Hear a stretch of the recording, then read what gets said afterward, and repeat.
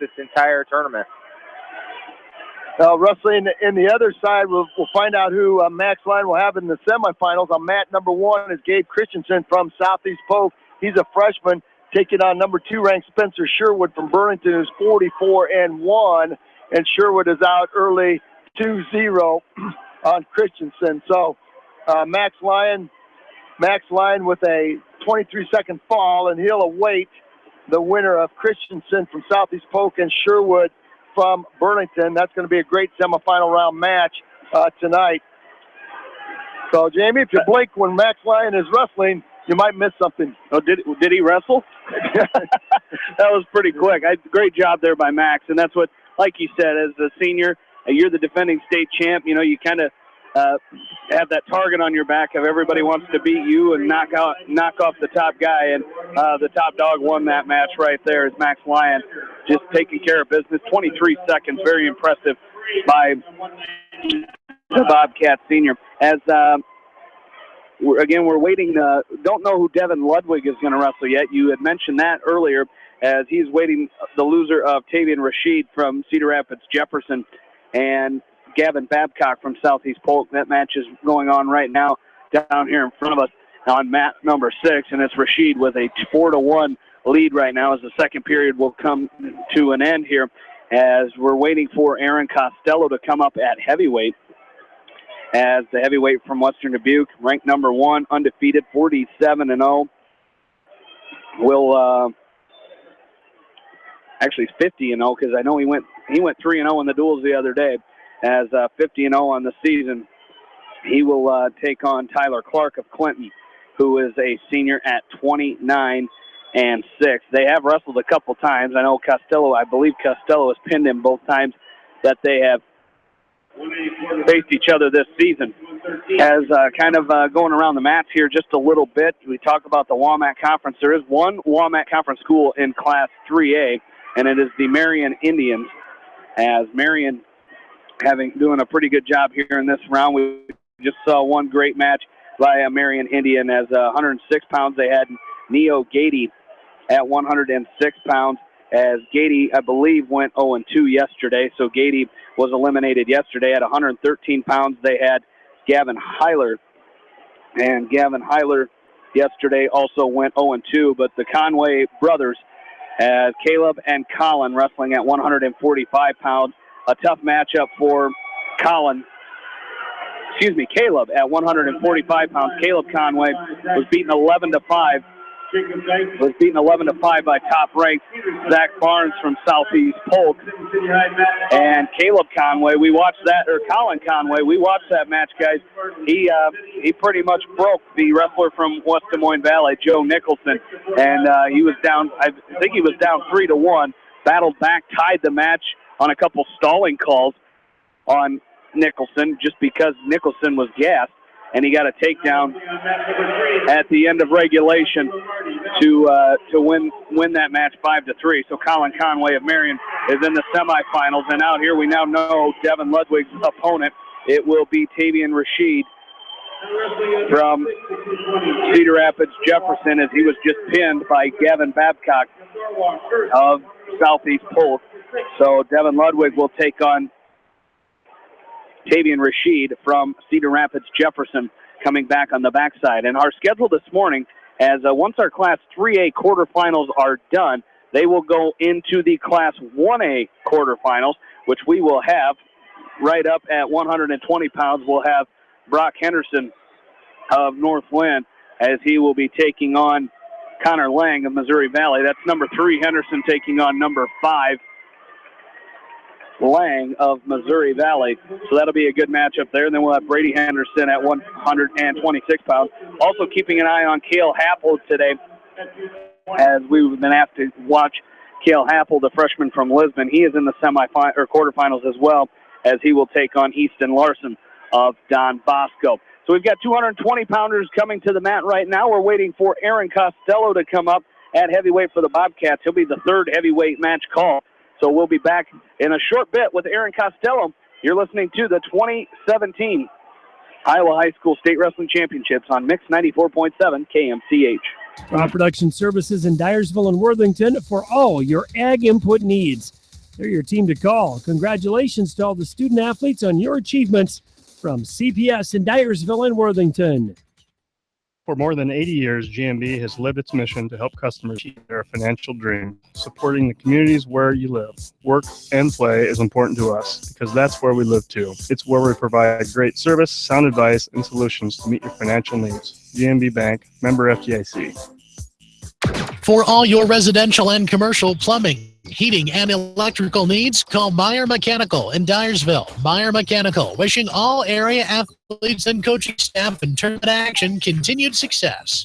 For all your general contracting needs, turn to the professionals at Lucky Building Service in Manchester. For commercial, remodeling, and building and new home construction, call the experts. Lucky Building Service in Manchester, 563-927-5677. Good luck to all the area athletes. Adams Family Furniture, downtown Independence. With over 42 years in the furniture business, you can shop quality Hill, Chrome Craft, Peters Revington, plus many, many more. Shop Adams Family Furniture, downtown Independence, with free delivery. It will never be undersold on like quality furniture.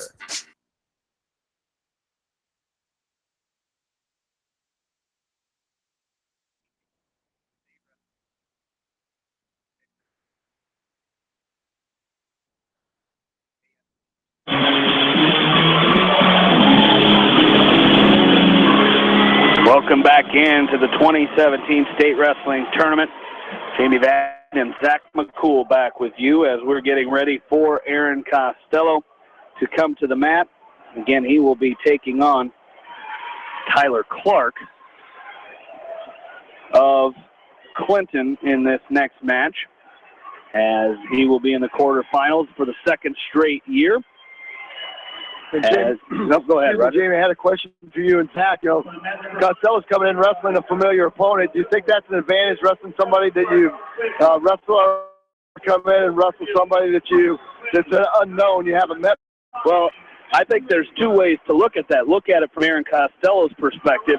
He's going to be, I think, mindset-wise, you know you can beat him. Tyler Clark might be the other way. You know, it might be,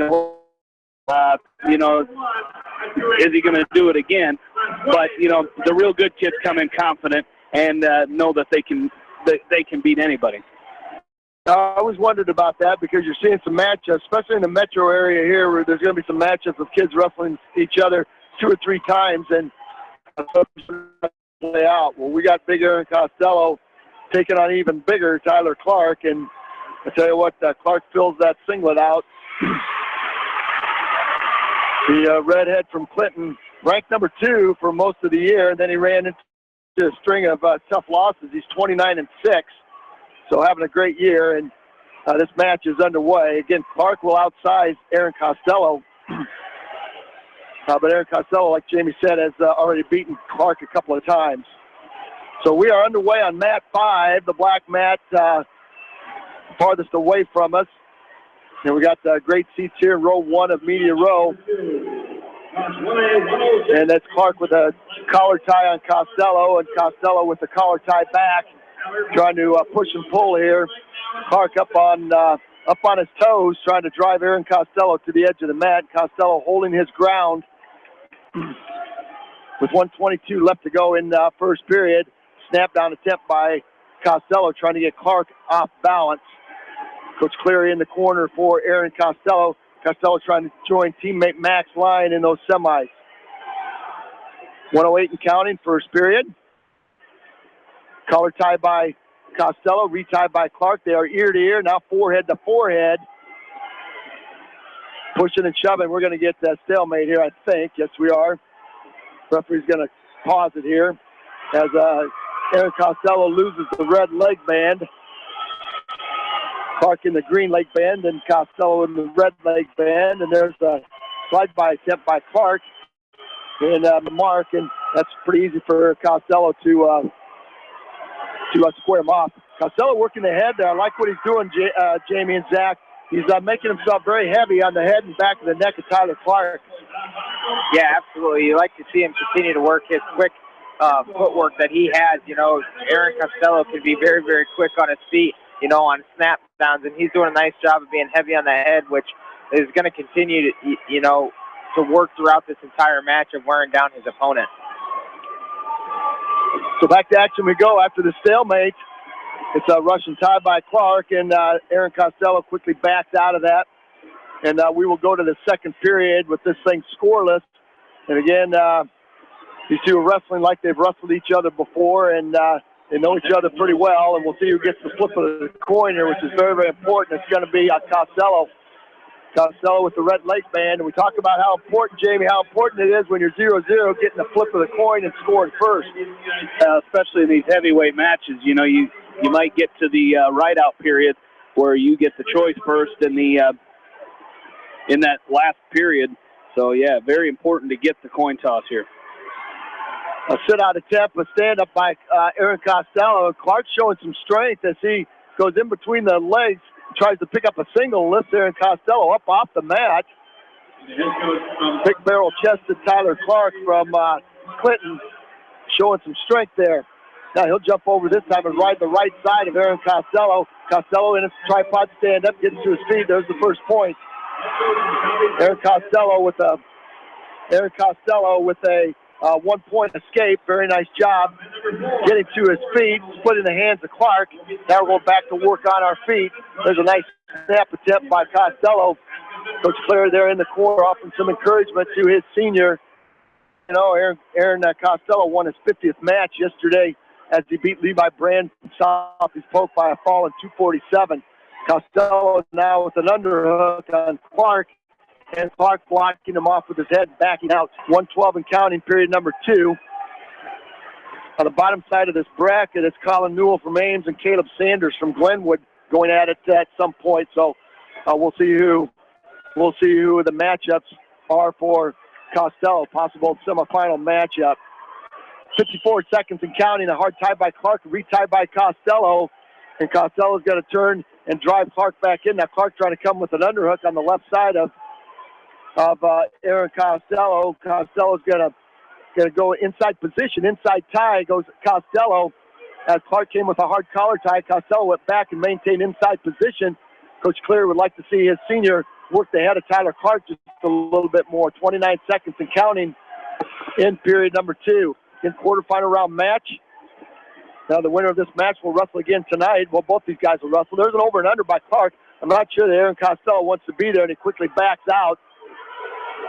As we saw Clark use his leverage in the end of that first period to pick up Costello. I don't think Costello wants to be in that over and under, that throw situation. Second period is going to come to a close.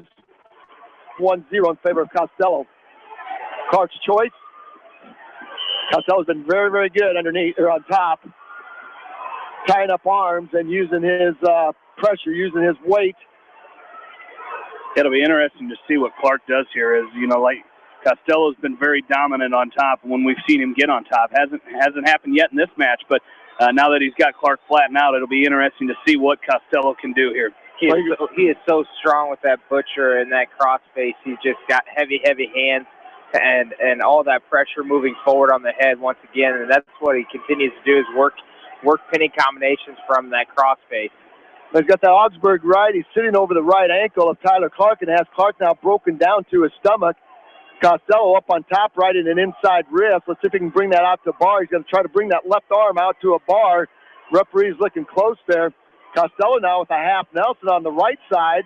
The inside wrist on the left, and he's got Clark turning to his left shoulder.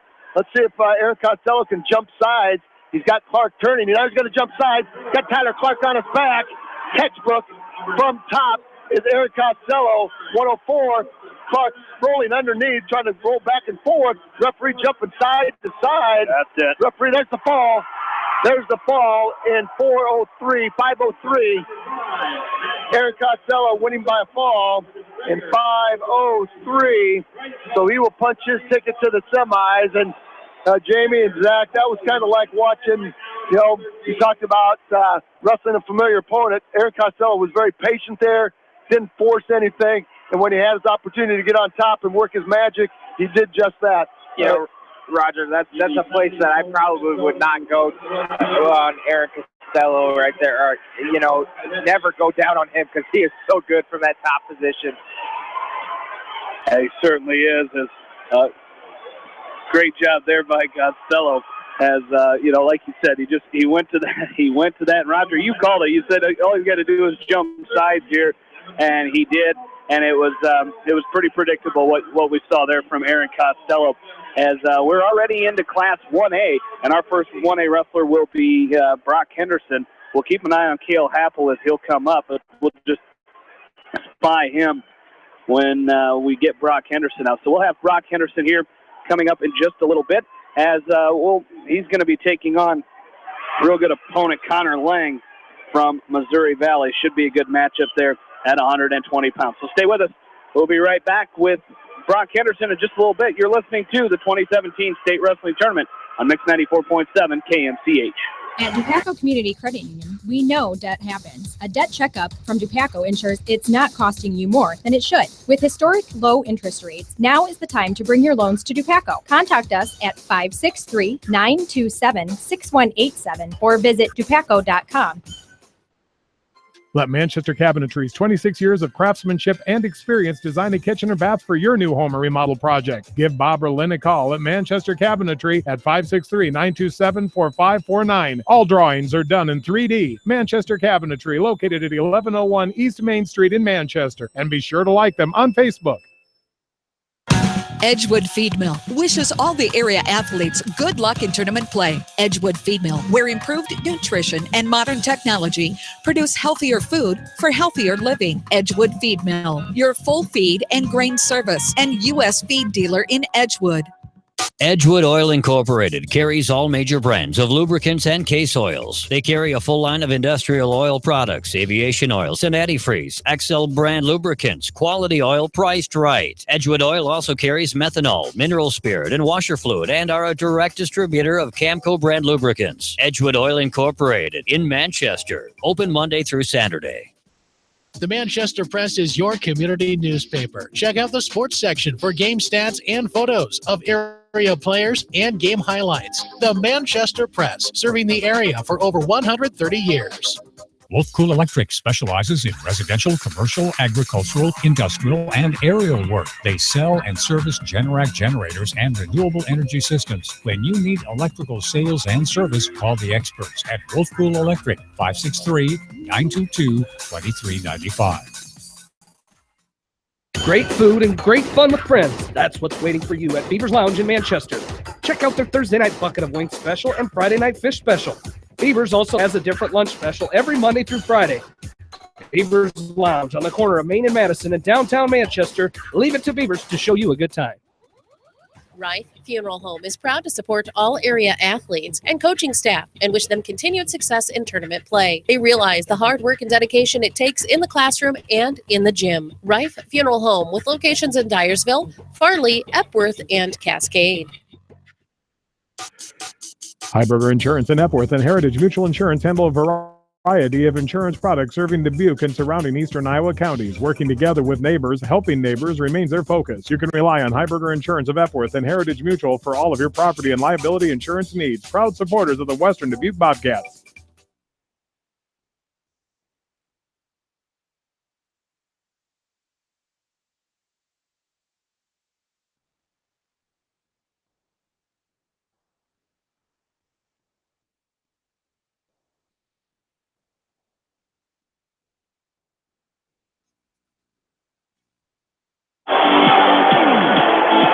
Back into the state wrestling tournament as Brock Henderson about to come to the mat here for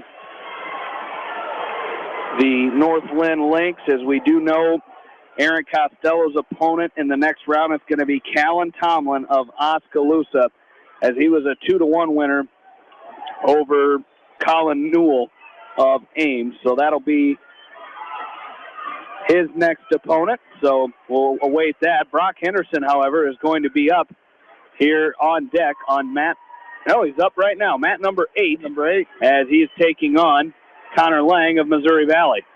And Lang is 39-2, and he's a sophomore. He opens this thing up with a first period takedown, 10-second takedown, as he got right in on the legs of Henderson and took him down.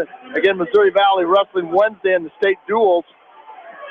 Missouri Valley wrestling in the state duels, and I think they finished in 4th or 5th as a team. So they've got a good team with some outstanding individuals. There's a nice sit-out turn in by Henderson, and he's going to pick up a 1-point escape, making it 2-1. So not messing around underneath is Brock Henderson as he came to a short sit. Great hand control. Connor Lang, a tall, lean, blonde-haired Missouri Valley wrestler, having a great season, trying to pull the upset here with the returning state champ from Northland. But I'm sure Brock Henderson will have something to say about it before this match is over. 119 and counting as Henderson drops down to a knee. There's a high crotch by Lang. He's in deep. He's going to try to cut the corner on Henderson. Henderson now down block. Front headlock by Henderson. And he's going to take a wrist. He's going to take the right wrist of Lang and control that right. He's got an underhook on the right side. And he grabs the left wrist. And we'll go off the edge of the mat. Back to the center we go. Got 3 great matches going on right in front of us. Mat number 4, mat number 6, and mat number 8. There's a low single shot by Lang in deep, and he's going to try to cut the corner on Henderson. Henderson in a scramble as he reaches back and grabs the right ankle of Lang, trying to get to a scramble situation to keep Lang from turning this into 2. Lang's got his head popped out. Henderson goes over the top of Lang. Lang's going to come out the back door of Brock Henderson and try to cover his hips for a 2-point takedown. Lang now steps his right leg to the head of Henderson. It looks like a half Nelson with his foot, and it's going to be a stalemate. Coach Ralph out of his chair saying, hey, you got to shoot. Lang's going to go to the blood corner. Over on mat number 1, it was Cale Happel of Lisbon with a 23-8 technical fall over Easton Larson of Don Bosco. So Happel will advance with the 23-8 tech fall, as Larson will now move to the backside, and that will be Gannon Cook's next opponent from East Buchanan. Mat number 4, Jameis Winston from Alburnett, is tied up. The top-ranked Martinsville St. Mary freshman there. So that's a match going on out of the Tri-Rivers. Back to action we go as Henderson and Lang are going at it. Henderson comes out with a shot and a down block and front headlock by Lang blocks off that shot. And arm drag now, short arm drag attempt by Henderson. Henderson after an ankle pick now tries to snag the right ankle of Connor Lang, and Connor Lang peels the hand off, and we're going back to our feet with 2 seconds left. Great first period against 2 outstanding wrestlers here. It's going to be Henderson's choice. He will defer over to Lang, and Lang will choose down.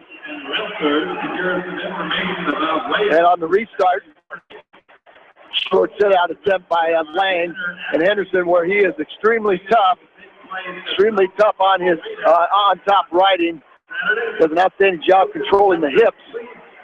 And he's got Connor Lang all balled up right now in the center of the mat. Hard cross face now, inside wrist by Henderson. He's got the left wrist tied up. He's trying to work a ball and chain. He's got a ball and chain locked up right now, and he tries to thread the left elbow and work a tilt, and Lang goes belly down. Now Henderson with a chicken wing on the right side in great position is Brock Henderson for a 2-point near fall here. Come on, count them. The referee's not counting. Any back points there. I don't know why. No back points. As Lang was in a high bridge and Henderson held him there. Wilson from Alburnett wins that match in overtime 7-5, so he'll advance to the semis. 1 minute to go, and Henderson's still on top, riding Lang. Lang all defensive underneath, trying to work some hand control, all balled up. Step now, knee slide to a stand-up, and a front trip by Henderson takes Lang back down to the mat. 46 seconds and counting. Second period, weight class 120 to quarterfinals here. The winner will wrestle in the semis tonight. We're going to get Stalling now against Lang. Good call by our official as Henderson is working side to side, back and forth. A plethora of pinning combinations, but no back points to show from it. As he's working his tilt series again, he's got a ball and chain. Lang's going to lunge forward, free his arm, and Henderson will go back to work on top of Connor Lang. Now tilt attempt by Henderson one more time. He's got Lang going to his back. Now maybe some points. Henderson's going to have to readjust. No points as Lang rolls through. 7 seconds now. Stand up by Lang. He's going to turn and face Henderson. Henderson dives back in on a double and they'll go off the edge of the mat, and the second period is over. It's going to be Henderson's choice. Yeah, Brock's got to get going here as he's going to choose down. He's down 2-1, so needs an escape here in this third period to tie this thing up. But, again, Lang very tough on top. And Lang will choose to ride the start on the left side, then he pops over to the right side. Tight waist by Lang with the left and a chop with the right. Now short sit by Brock Henderson. This is where he is very, very tough. Does a great job getting to the short sit position and working some hand control. He keeps his elbows tight, and once you come over the top, he hits you with that sit out, just like he did right there on Lang. This is going to be very convenient here for Dad Larry Henderson as they're going to head to mat 7 with Brady as Brock wrestling on mat 8. So Larry can sit in the corner and coach both sons here just a little bit. Nice reversal by Brock as he picks up a 2-point reversal and goes up 3-2 here. Just a great job of feeling the pressure, feeling his position, taking advantage of Lang getting high riding, and Henderson scored that 2-point reversal. Now he's working on some back points. He's got a leg turk in. He's working on some back points. Let's see if he can post the left shoulder of Connor Lang. Lang again, belly down, bracing, and we're going to get a stalemate right there. It's 3-2. Over on mat number 7, Donnie Schmidt is Brady Henderson's opponent from Wapsie Valley. As I believe Donnie Schmidt, was he a 106-pound state champion last year? I'm not sure if he was a state champion, but he was finished high on the medal stand. He was a state champion at 106. I just looked at the last year's standings. So wrestling at 126 this year. So Donnie Schmidt is Brady Henderson's opponent for North Lynn over on mat number 7. And Jamie, with 36 seconds left to go, Brock Henderson is where he is the toughest on top riding. He's doing a great job controlling the hips of Connor Lang. It's 3-2 with 25 seconds left to go. Lang trying to get to his feet. Henderson up on top. He's got the left arm of Lang trapped. He tries to back trip and then tilt him to his back. Lang's going to roll through. And again, good wrist control by Brock Henderson. 12 seconds left. Now we're going to get a stoppage as they call Henderson for stalling. Still scoreless over there with Brady Henderson and Donnie Schmidt. As over on your mat, Lang goes back to the corner. Out of bounds goes Brady and Donnie Schmidt. 51 seconds left to go in the first period. 126-pound quarterfinal.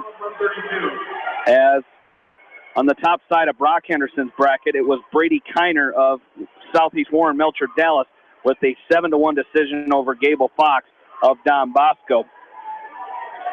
That was a great matchup there, number 1 versus number 2 in Class 1A at 126 pounds. Well, 11 seconds left to go, and Lang's going to get a new start. He quickly tries to come to his feet, and a crab ride by Henderson. 5 seconds left to go. Lang trying to turn this into an escape. Good job by Brock Henderson. He's going to ride out Lang for a hard-fought 3-2 decision, and he will punch his ticket to the semifinals, and he will take on. We'll find out who his opponent will be in just a little bit. Over Portis winning.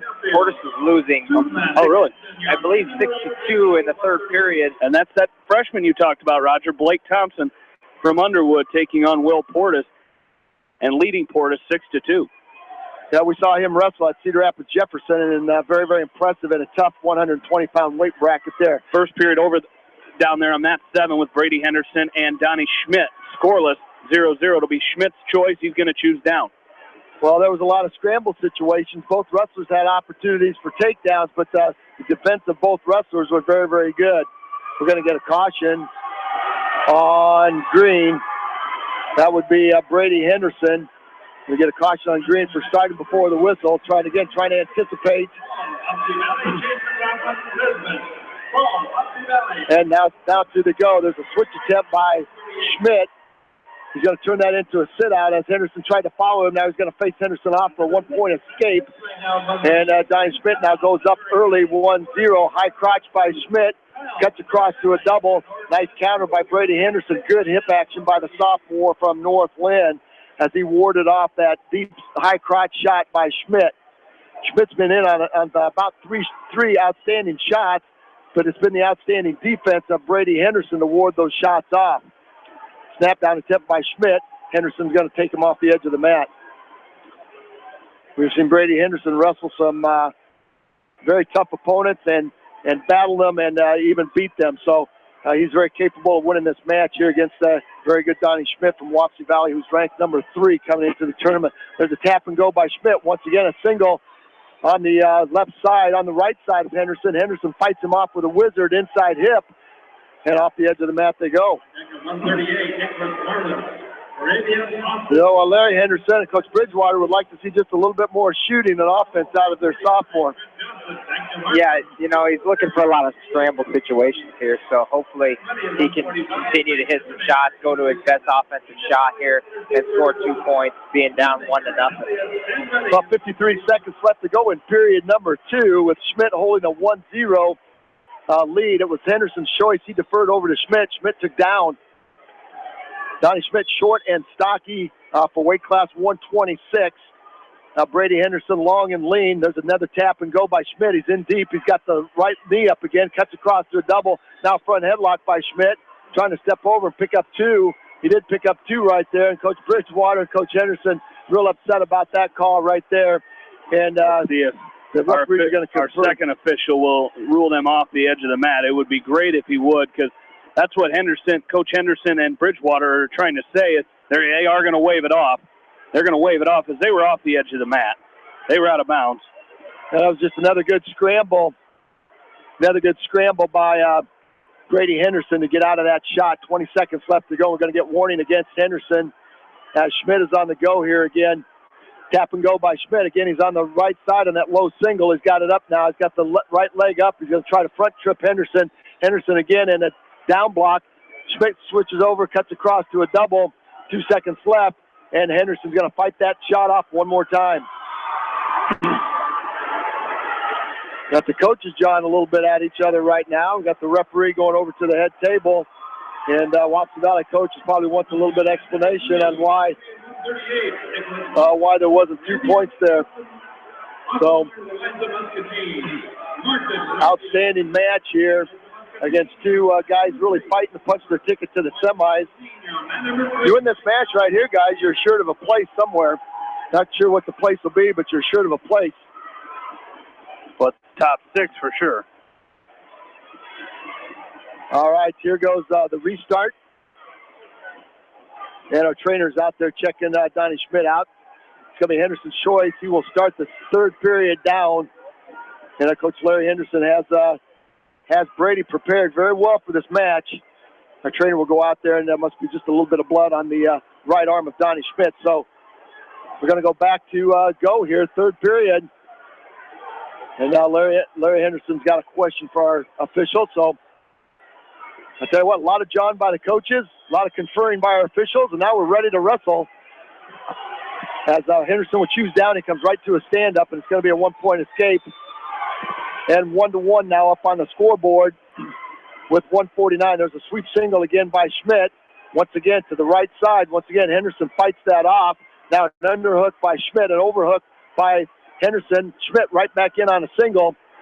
He's had that right leg of Brady Henderson up about 6 times now, and Henderson has fought that off and not given it up. 1:30 and counting. Underhook by Schmidt, overhook by Henderson. Henderson will block Schmidt off as he tries to snap him down and hit him with the go-behind, but they find the edge of the mat. 1:24 and counting. Like to see Brady Henderson pull the trigger here. Yeah, he's going to have to, because, it's been a lot of shots so far here by Donnie Schmidt. So he's going to, like you said, he's going to have to pull the trigger here and try to get moving on, get his offense going, because that official is, those Wapsie Valley coaches might start getting in the official's ear here a little bit.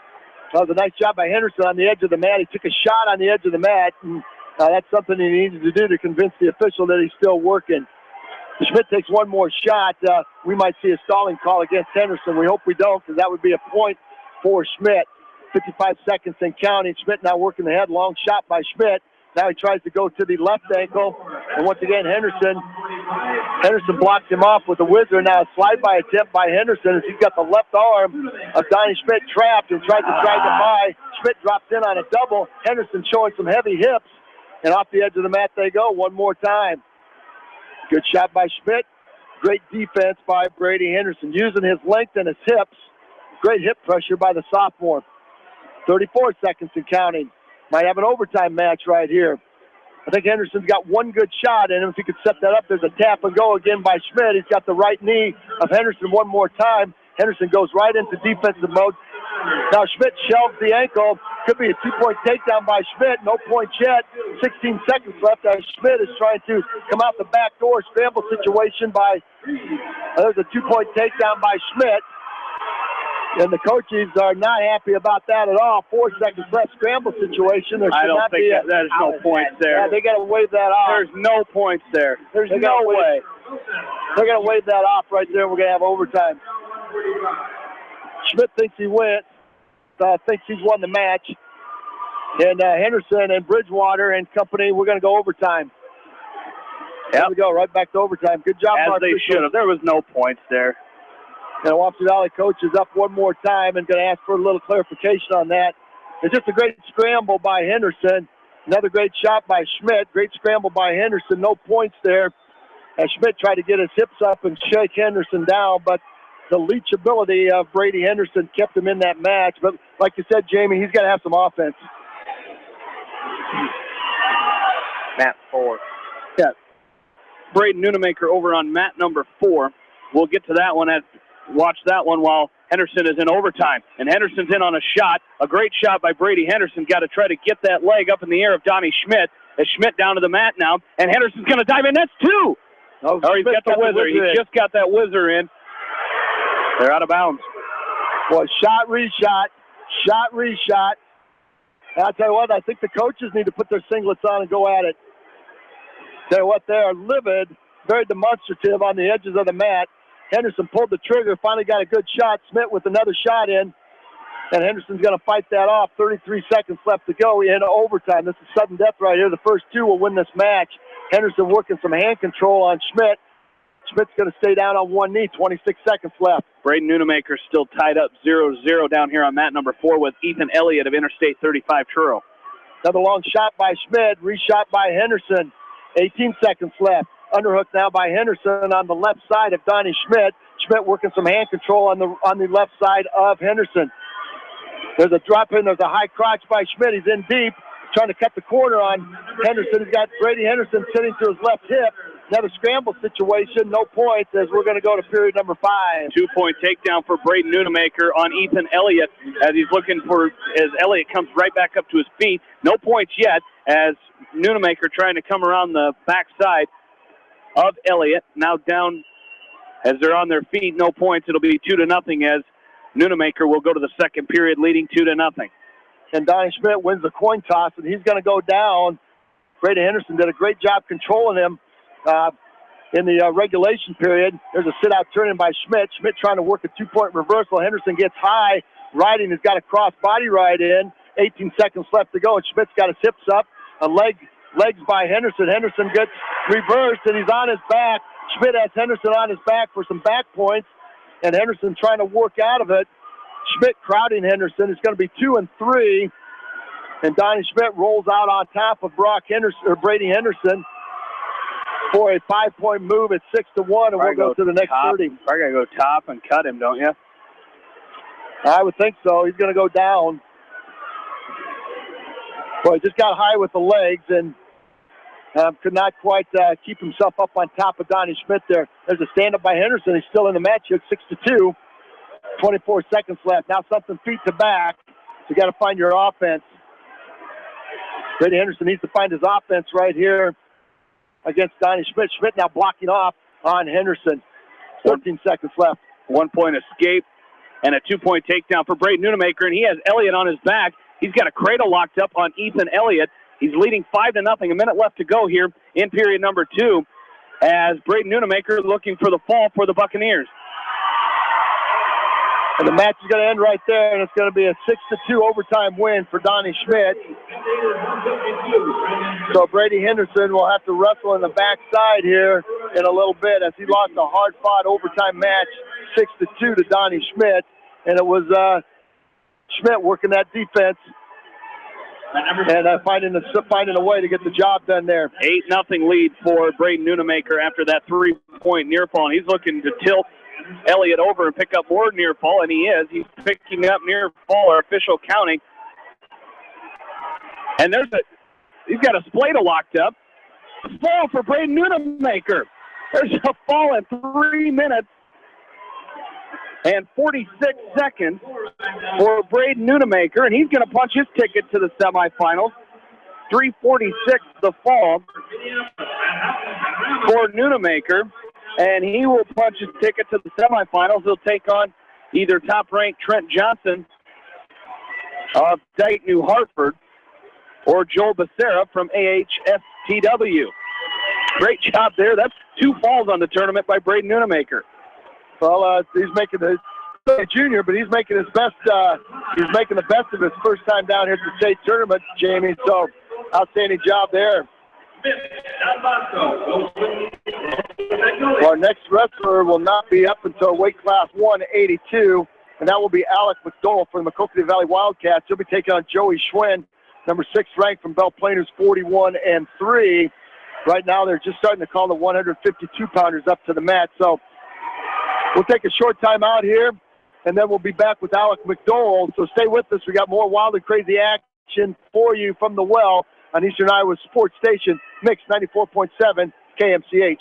Newhouse Construction and Concrete is proud to support all our area athletes. Give Phil a call at 927-5178 for your commercial, ag, or residential projects, or visit newhouseconstruction.com. Newhouse Construction and Concrete turns design into reality. Delclay Farm Equipment is your hometown equipment dealer in Edgewood. Delclay Farm Equipment has preventative service programs with guaranteed prices with a 49-point inspection available. Check them out at delclay.com. In sports, as well as banking, numbers mean everything. Making sure you have experienced athletes and bench strength are a critical combination for a winning team. The same goes for our F&M team. With an average longevity of 15 years and 28 members strong, F&M is consistently showing strength in numbers. F&M Bank, the right choice, member FDIC. Is your one-stop shop for all your parts and repair needs, including AC, brakes, batteries, belts, exhaust, shocks, tires, and tire repair. They have highly experienced mechanics that are ready to keep your vehicle in top working condition. Why are you waiting? Call McDowell Truck and Auto Repair at 563-932-2661, located on Highway 13 south of Manchester. Like them on Facebook. For all your residential and commercial plumbing, heating, and electrical needs, call Meyer Mechanical in Dyersville. Meyer Mechanical, wishing all area athletes and coaching staff in tournament action continued success. You may not wear glasses or contacts, but how do you know if you're seeing your best or if your eyes are healthy? Why not be proactive and get your eyes examined? Dr. Daniel E. Mersch and his professional staff at Manchester Family Vision can help. Call 563-927-3682 to schedule an appointment. Manchester Family Vision Center wishes all the local sports teams best of luck this season. Manchester Family Vision Center on West Main, where clear vision begins with healthy eyes. Bi-County Disposal Incorporated specializes in commercial and construction disposal needs. They have a variety of containers available from 2 to 30 cubic yards. Whatever it takes, Bi-County Disposal Incorporated in Dyersville, serving Dubuque and Delaware counties.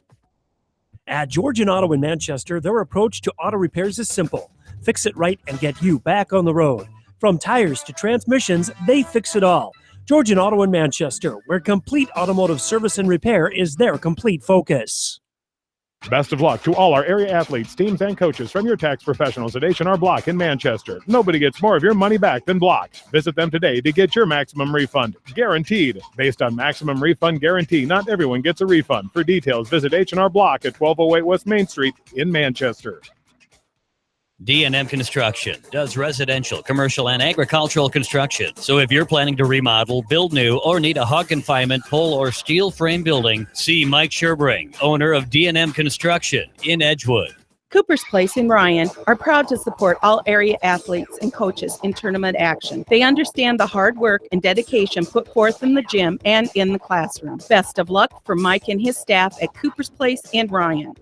Why make 10 calls when you can make one call to Mormon Insurance, a member of People's Insurance in Manchester, and get the best quote from 10 different companies on your auto, home, and farm insurance? You can depend on Mormon Insurance for fast, friendly service and quality coverage. Call Kathy or Rachel today at 927-2263. Mormon Insurance, a member of People's Insurance in Manchester. Fairway in Independence applauds all area athletes and coaches on a very successful season and wishes them continued success in tournament action.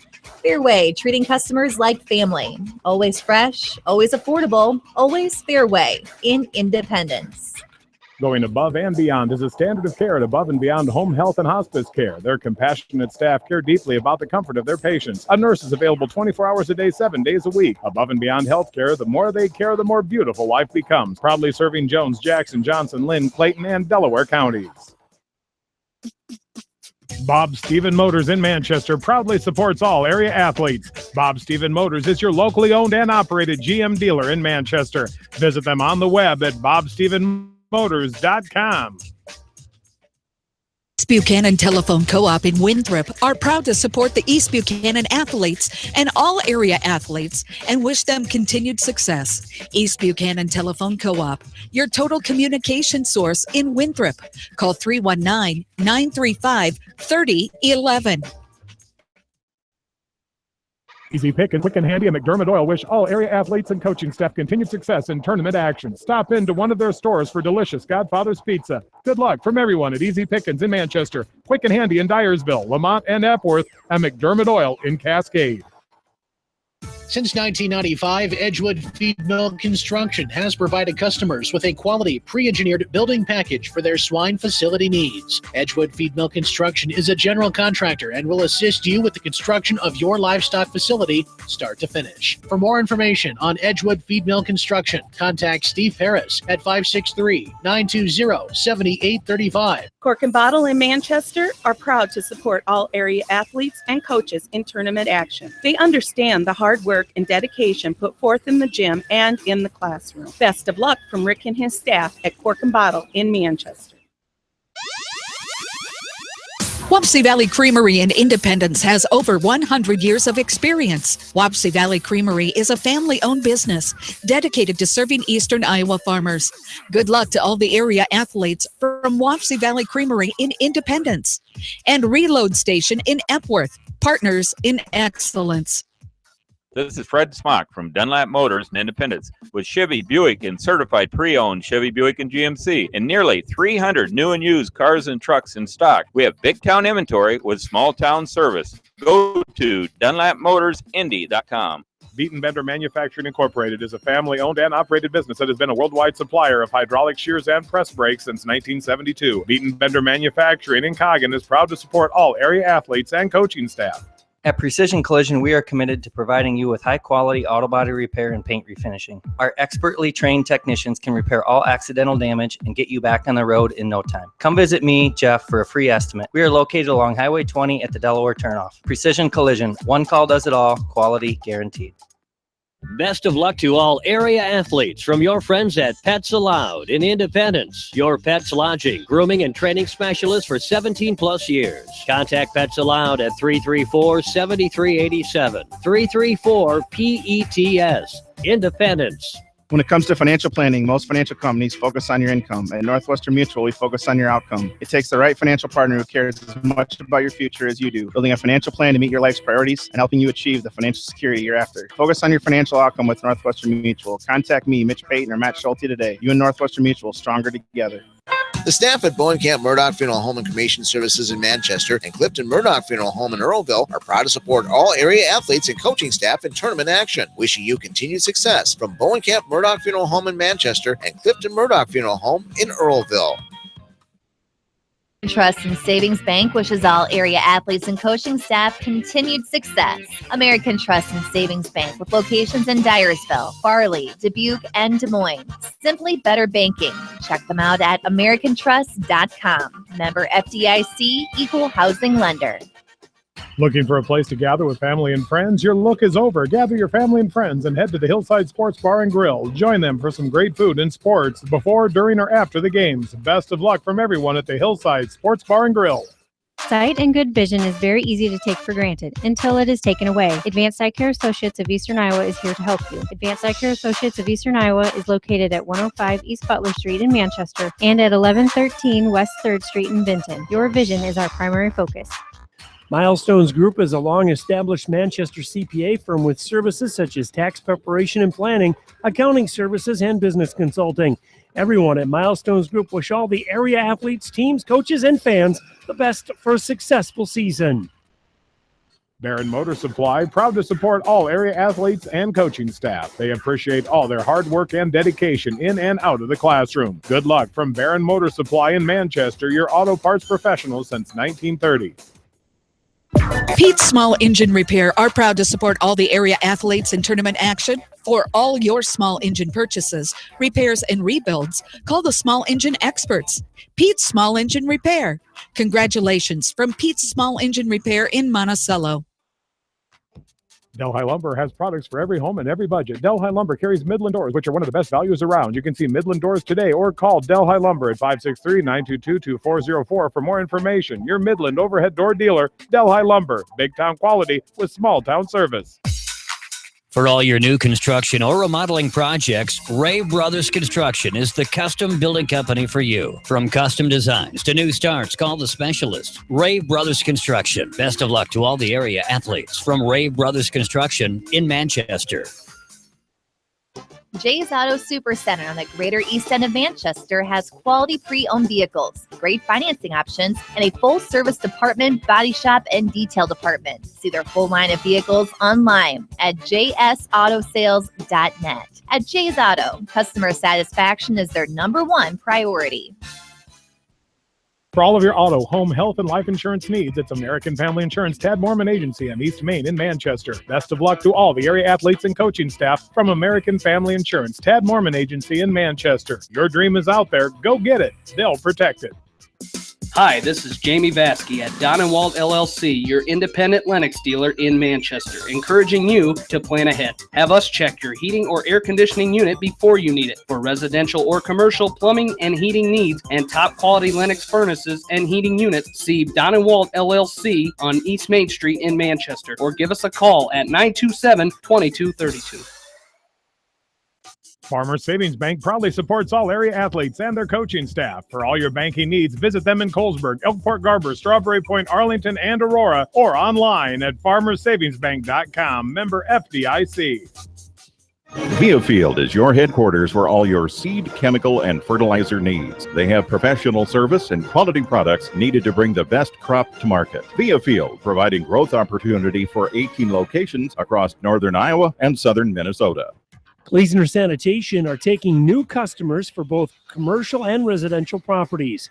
If you need a large dumpster or container for new construction projects and a roll-off, call Kleesner Sanitation at 927-5977. Good luck from Kleesner Sanitation. West Bend's home and highway policy provides you with one policy, one bill, one deductible, and one agent, all with no hassle and a portion of your annual premium back in cash if you don't have a claim. To find out more, contact your new West Bend agent, Eric Smith, at Parrott Insurance in Manchester at 927-2791. River's Edge Construction wish all area athletes the best of luck in tournament action. If construction plans are in your future, call Lyle Palmer at 563-920-0046. River's Edge Construction can help you with your residential and commercial new construction and remodeling plans. Call River's Edge Construction in Manchester at 563-920-0046. The Eastern Iowa Shopping News and the Dyersville Commercial recognize the hard work and dedication of all area athletes. Check out the weekly sports section in the commercial for scores and information. The Eastern Iowa Shopping News and Dyersville Commercial, supporting your communities. The City of Manchester would like to wish all area athletes, teams, and coaches the best of luck in tournament play. The City of Manchester appreciates all of the hard work and dedication put forth in the gym and in the classroom. Good luck from all of the employees, elected officials, and Mayor Milt, all of Manchester.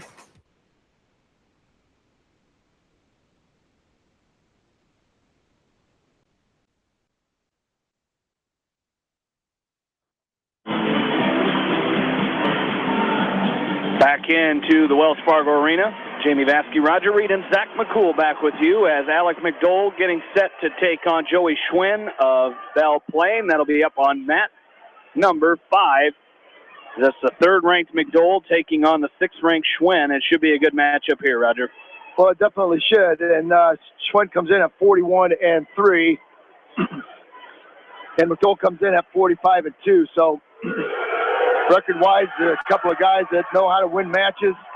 86 wins and only 5 losses between the two. McDowell, one of the 4 Wildcats still in the tournament here.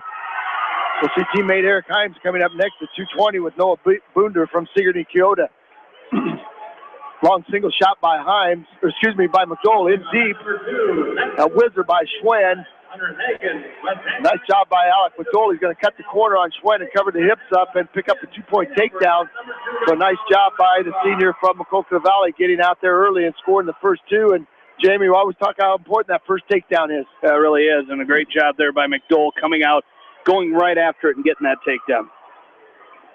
Now he's got a tough ride on top. He's got a chicken wing on the right side. He's got it locked up.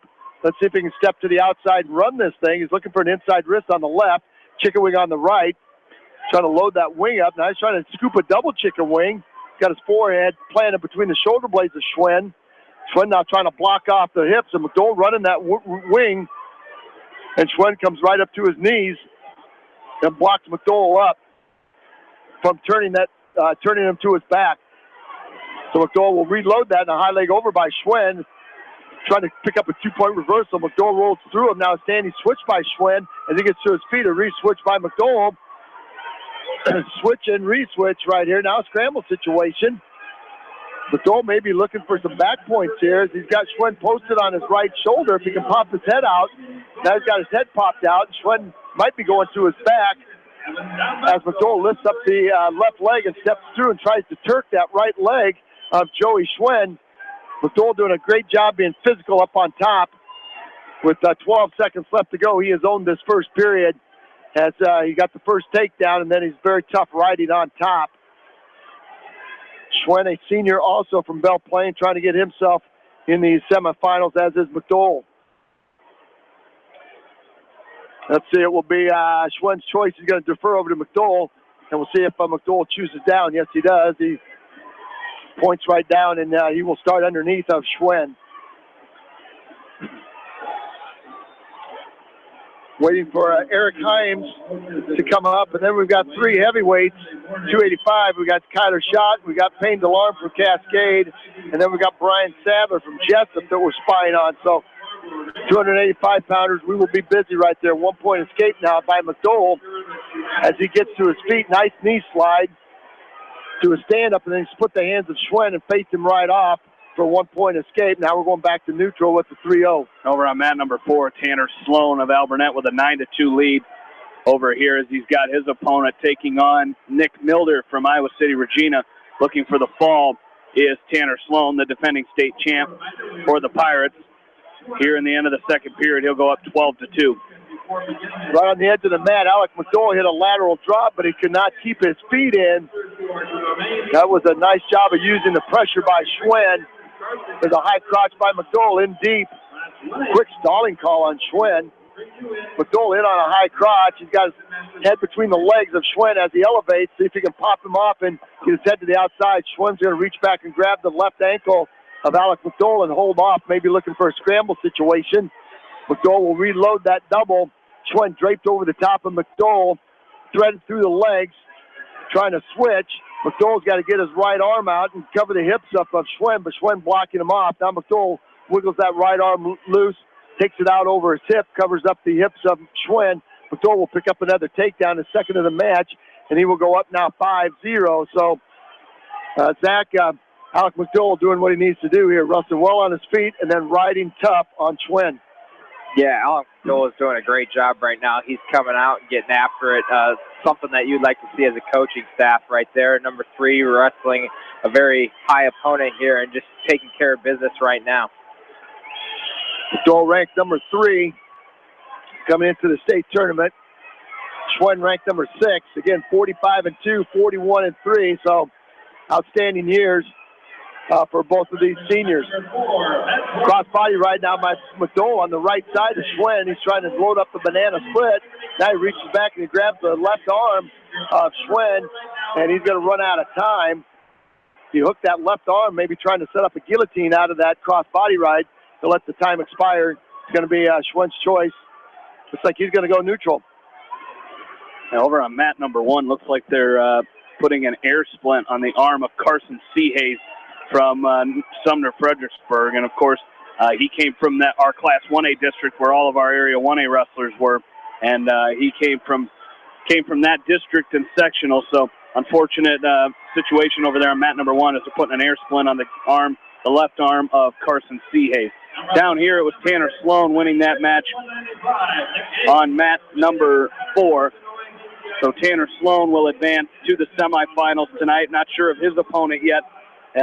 He will take on Gerald Arbogast of West Fork Sheffield. All right, as you've talked, Jamie, there's a nice cradle by McDowell. He's got Schwen on his back, cross-face cradle. Schwen kicking violently back and forth. He's going to break the grip of McDowell, but it's going to be a 3-point near fall.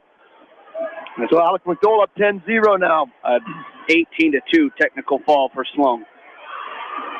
Stand up by Schwen. McDowell drops down and picks up a single and back trips the senior from Belle Plaine, the Plainsman. Not having a whole lot of success against a very tough Maquoketa Valley Wildcat here, Alec McDowell. 10-0 lead now with 48 seconds left in this match. There's a tilt by McDowell to see if he can pick up some more points. He's got the left arm of Joey Schwen trapped between his legs. Now he loads up a chicken wing.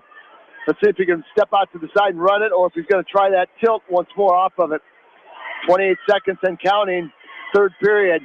Alec McDowell trying to punch his ticket to the finals, or to the semifinals, and then hopefully to the finals. Coach Tim Andrews up out of his chair. They're offering some encouragement. And we find out how important it is to wrestle to the end, Zach. Yeah, he's looking strong right here. He's got to continue to keep up the pace. Once again, not over till it's over. You see a lot of things right here as it throws and catching him on his back right here for the tip fall. There's the fall by Alec McDowell as Schwen tried to lateral drop McDowell, and McDowell sagged on him. And in 5:52, Alec McDowell will punch his ticket to the finals. That's his second fall of the tournament. Getting it done. A fall over Algreen yesterday in 2:47. Now fall over number 6 Schwen from Belle Plaine at 5:52. And Alec McDowell will punch his ticket there to the semifinals. I know there wasn't much time left, but Alec McDowell did that just for us so we could get Eric Himes, as Eric Himes will be called. I believe he should be up. I think he's on mat number 3, Jamie. That is correct. He's on mat 3, taking on Noah Bonder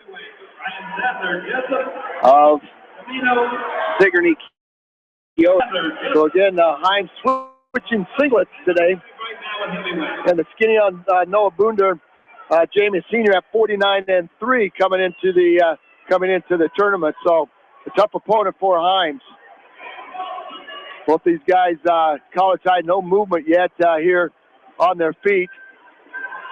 With 10 seconds left to go in period number 1, Himes pulling out the white singlets. We saw Alec McDowell wear that one yesterday. McDowell had that black singlet on today. So Himes with the white singlet on. So there's a fireman's carry by Bounder trying to cut the corner on that. No points. Now a snap down by a snap down by Bounder, and he's going to cover the hips of Himes. He's going to pick up the first 2 points of this match. You look at a guy like Noah Bounder coming in at 49-3. He was a district loser, Zach. Almost won 50 matches. He must have got upset that district final.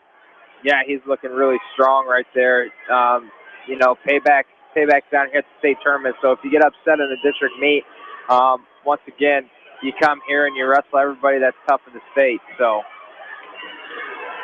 Bounder now has Himes broken down in the center of the mat, looking for a half Nelson. He's got an inside wrist on the right with 20 seconds left. Inside wrist on the left. Now he's going to try to tilt. He's going to try to hook the left elbow of Himes and tilt him to his back. Now chicken wing by Bounder on the left side, inside wrist on the right. 8 seconds left to go.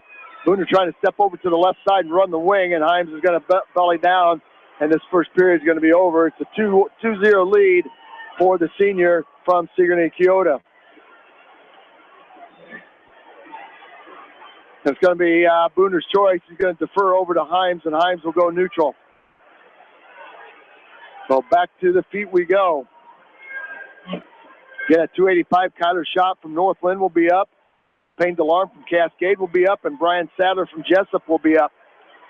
There's a body lock by Boonder as he went to an underhook and then stepped in. He underhooked the right side of Himes and went right into a body lock. Got his hands locked around. Now he's trying to set up a bear hug, and Himes is going to square him off. Now double underhook by Boonder. Himes is going to block off Boonder with his forehead and try to get himself free from the grip of Noah Boonder. 27 seconds and counting, 127 underway in period number 2. Again, on the far, the purple Johnson Dragon mat, gold mat, far away from us here. 114 and counting, 2-0 lead now for Boonder, and he's working on his feet, trying to set up a takedown, and Eric Himes said will have nothing to do with it as he's blocking Boonder off with a hard collar tie. Might get a stalemate from our official as these guys are locked up, forehead to forehead, and a collar tie. Now under a minute to go, 55 seconds. Himes in the staggered stance, leading with his right leg. Now a long double shot by Himes, a drop down block by Boonder has Himes belly down. Himes is going to come through the back side of Boonder. Might be a 2-point takedown, Zach, if he could get his head and chest up and come out the back door. Right there, Boonder does a nice job of catching legs, and if whoever elevates first is probably going to score, but there it is, a stalemate, which you kind of expected was going to happen. They got a quick stalemate there.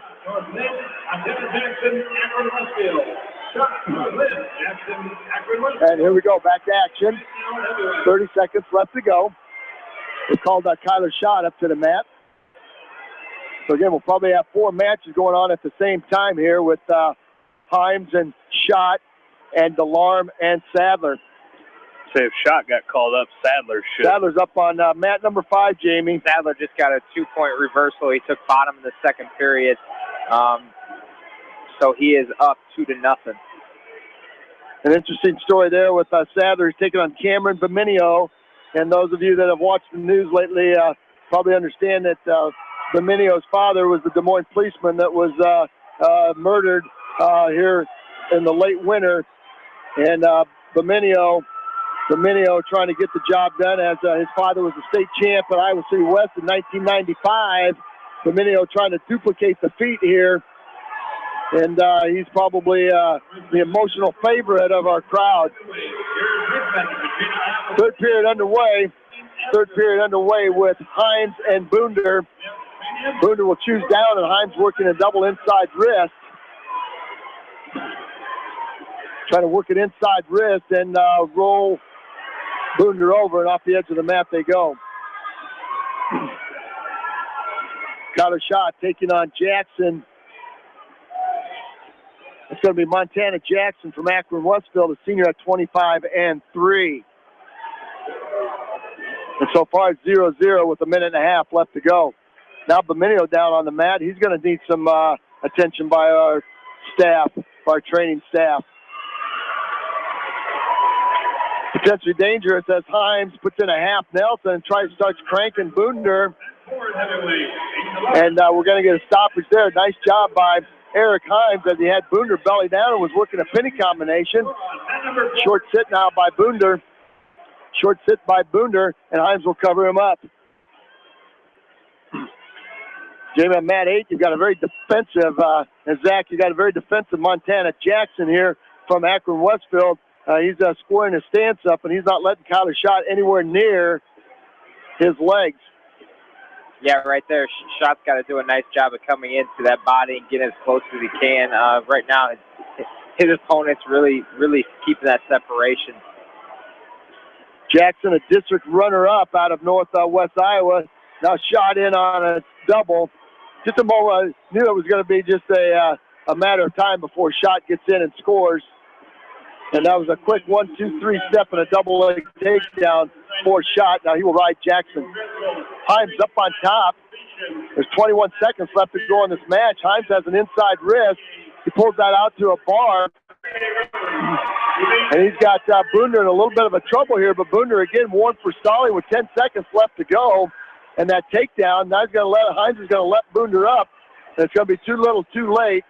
And it looks like Eric Himes is going to drop a very hard-fought 3-0 decision to Noah Boonder. So Noah Boonder, by the way, was ranked number 4, so no slouch there. Eric Himes doing a nice job, period 2, period 3, but just coming up a little short, Zach. Yeah, right there we talk about it all, tournament long. When is isn't enough to let him up and go for that takedown instead of riding on top that entire period. Himes did a great job working pinning combinations, but he gave his opponent right there a lot of time in Boonder to sit down there and waste a lot of clock, and ended up losing 3-0. Sadler is going to win that match. Did they continue? I didn't see whether or not they continued wrestling. I believe it was an injury default. That's what and it looked like they're looking at either his knee. I think they were checking him for concussion. It was injury default. So not sure what happened, but Sadler will advance to the semis. He'll take on the winner of Shot. There's a strength move, Jamie Vasky, by Kyler Schott. He had Montana Jackson lifted up off the mat, and on the return slapped a half Nelson in. And in 2 minutes and 15 seconds, Kyler Schott is going to win by a fall. Tell you what, talk about somebody that's got some strength in that singlet. Schott just sky lifted Jackson up, and when he brought him back down, he threw a half Nelson in, teed him out, and scored the fall. Fellas, I believe we got an area matchup. He was pinned. Payne DeLarme was pinned over here on mat number 4 by Matt Nag in 135.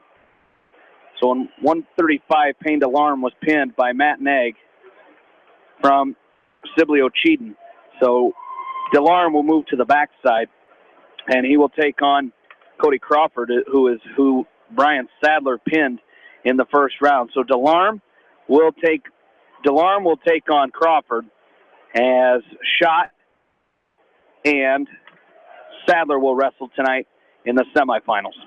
And Jamie, I believe that's a 2 and 3 matchup. Schott number 2. Yep. And Sadler number 3. So you got the makings for a whale of a match there. Sadler is 38-1 now.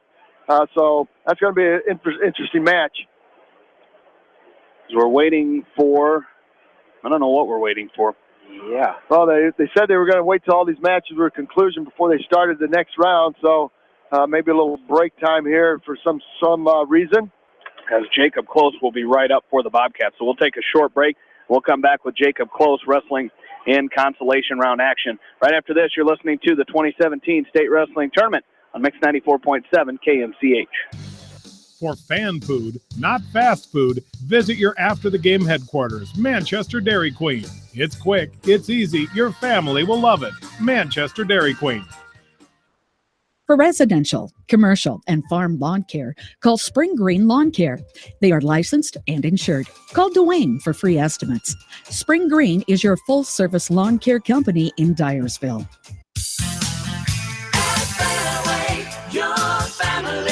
It's no secret that people come to Fairway in Manchester for their famous meats, but as you dash back to the counter to pick up your USDA choice ribeyes, don't be surprised if you find yourself lingering among the delicious fruits and vegetables in the produce department. Shop Fairway in Manchester for low prices and all your grocery needs.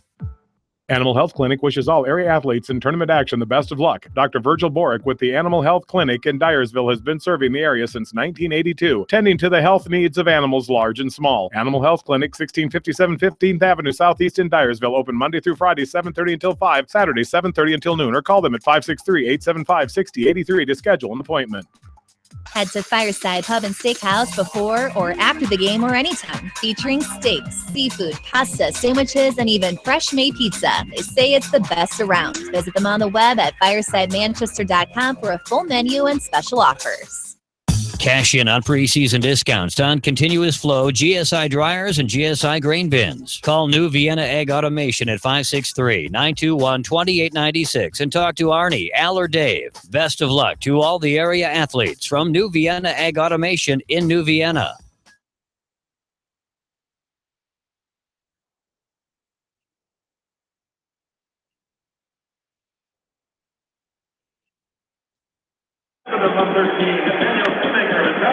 Back into the 2017 State Wrestling Championships. We're up right away on mat number 6. It's going to be Jacob Close from Western Dubuque, as Close will be taking on James Edwards from Johnston, who was just beaten in the quarterfinal round, as he was beaten 16-3, a major decision by Jacob Schipper of North Scott. So Jacob Close coming back and quickly in on a 2-point takedown. 9 seconds it took Jacob Close to get that takedown. Well, Jamie, you got a senior in Close wrestling a freshman that's 28 and 21, and if you're Jacob Close, you just got to come out and be physical and take care of business. 2-0 lead, and he's going to ride him tough. I might consider letting him back up and pulling the Nelson Brands on him and getting a couple more takedowns, and then working for the fall. 124 and counting, inside wrist by Close. And Zach, right there, you take somebody down in 9 seconds, and you've expended a lot of energy on top trying to work this pinning combination. Might as well expend that energy up on your feet. Yeah, a lot of these opponents, they get on bottom and they kind of just ball up, and it's tough to turn them. So waste your energy on your feet with 9 seconds really isn't wasting any energy when you take a good shot. So Close maybe looking to extend his lead on top, but yet maybe see a little bit better fit on his feet. Well, there's 49 seconds left to go in period number 1, and Close up 2-0, right in a hard, tight waist on the freshman, James Edwards. Coming up at 126 will be teammate Nathan Betts from Western Dubuque, taking on Shadrach Zawi from Des Moines North Hoover. Close again, dominating on top. He definitely has the size advantage. Edwards looks like he might be a 106-pounder, moved up to 113. Again, he won 28 matches on the course of the season, so not a slouch as far as the wins are concerned. Close now trying to tilt Edwards, and Edwards is going to go belly down. I'd like to see a stalling call against Edwards as he is belly down. Close working pinning combinations up on top. Close with the cross body right now on the right side. Now hard arch as he's got the chin of James Edwards and trying to crank that over, and the first period is going to come to a conclusion. It's going to be Edwards' choice. He's going to defer over to Close, and Close is going to go neutral. So we are going to go back to our feet. There's a drop-in single there by the freshman from Johnson. There's a spladle by Close. It's going to be 2-2, and then a 2-point reversal for Edwards. Boy, he got a spladle, locked the spladle up, and he couldn't quite squeeze, couldn't quite tighten it up, and now it should be 6-2 in favor of Jacob Close. And that's what they've got on the board, 135 and counting. Well, if you're Jacob Close, Jamie Vasky, this is a do-or-die time. You're a senior. You got to just get out and wrestle this last match that you'll wrestle today, I believe. You'll wrestle one more today. Yeah, you do. You got to, it's just, if you want to play, I think you place if you win this match. So, if you want to stand on the podium tomorrow night, you got to win this match, and that's what Jacob Close is working at right here. 107 and counting. James Edwards up on top, riding an inside wrist, double inside wrist, short sit now by Close. He tries to go to a switch, and he catches the right knee of Edwards. Now he's going to step to the outside. Can't quite get there as Edwards draped over the back of Close, and he's got control of that left ankle. Close trying to kick that left ankle free. Now he gets his right arm free and goes around the waist of Edwards. That's going to be a 2-point reversal by Close. He's got a chicken wing staring at him on the left side. But he's going to pop over to the right side and throw a half Nelson in on Edwards. Half Nelson with inside wrist. Edwards tries to wing him down and high leg over. Close blocks him off. 28 seconds. We're in the second period and Close up 8-2. Now he steps over that right ankle of Edwards, trying to set up a cross-face cradle. Edwards posting his forehead and trying to get his hips up. Now Close throws in a cross-body right on the right side. Got his hips down to the mat. You got to be very careful here. If you're Jacob Close, Close almost has his back on the mat. Got to be careful here, Zach McCool, as Close is trying to tilt Edwards, and he's very close to giving up the defensive fall there. Boy, that's awful scary. It is scary with those cheap tilts, those guys that are rolling on their backs and trying to get those cheap tilt points, but they expose their backs to the mat, and that's not what you want to see as a coach. Well, Edwards is going to take neutral, and he's going to go right in on a takedown. It's 8-4, and there's a 1-point escape by Close, and now a takedown by Edwards. It's quickly 9-6, and Close is going to have to get a handle on this freshman as he's found his offense from his feet. It's now 9-6. Close has the right elbow of James Edwards pinched, or the left elbow pinched between his right elbow and his body, trying to set up a Kelly off the long shot by Edwards, and off the edge of the mat they go. 1 point red back to, so it's 10-6. All right. Edwards has done a tap and go, and he's been very successful getting to that left leg of Close. Close now pops the head of Edwards to the outside, tries to pop it to the outside, and tries to hit a long switch. Edwards through the legs of Close through the legs of Edwards. We got a scramble situation here. Close hanging on for life here. Might be a 2-point takedown if Edwards pops his head to the outside. Close using his length and draped over the backside of James Edwards. Edwards again trying to get his head to the outside and turn this into a double leg takedown. Close blocking off the head of James Edwards. Now Close reaches back, grabs the left knee of James Edwards, and we got a stalemate. 49 seconds. Right here, Roger. He's got to work on his ties. Get in tight. He's got 48 seconds left. He's got to continue to stop him and his offense that he's got working for him right now. Now front headlock by Close. Close is trying to snap Edwards down, and Edwards is going to drop in and pick up a single. A defensive counter there by Close as he reaches back and grabs the ankle of Edwards and then rolls Edwards through, covers his hips up for a 2-point takedown. It's now 12-6, and you got 20 seconds left. Close picking up maybe 2 more back points as he's got Edwards positioned on the mat for near fall points. So he's going to trade 2 for 2. 2-point near fall for Close. 2-point reversal by Edwards. And with 7 seconds left to go here, Bobcat Nation is pretty excited below us. And Jacob Close is going to win that match by a score of 14-6. 14-8, our final score. And I tell you what, the good thing about that is with that, Jacob Close will now stand on the podium tomorrow night with a state medal around his neck as the senior from Western Dubuque will place here. We'll take a short break. We'll come right back with Nathan Betts from Western Dubuque right after this on Mix 94.7 KMCH.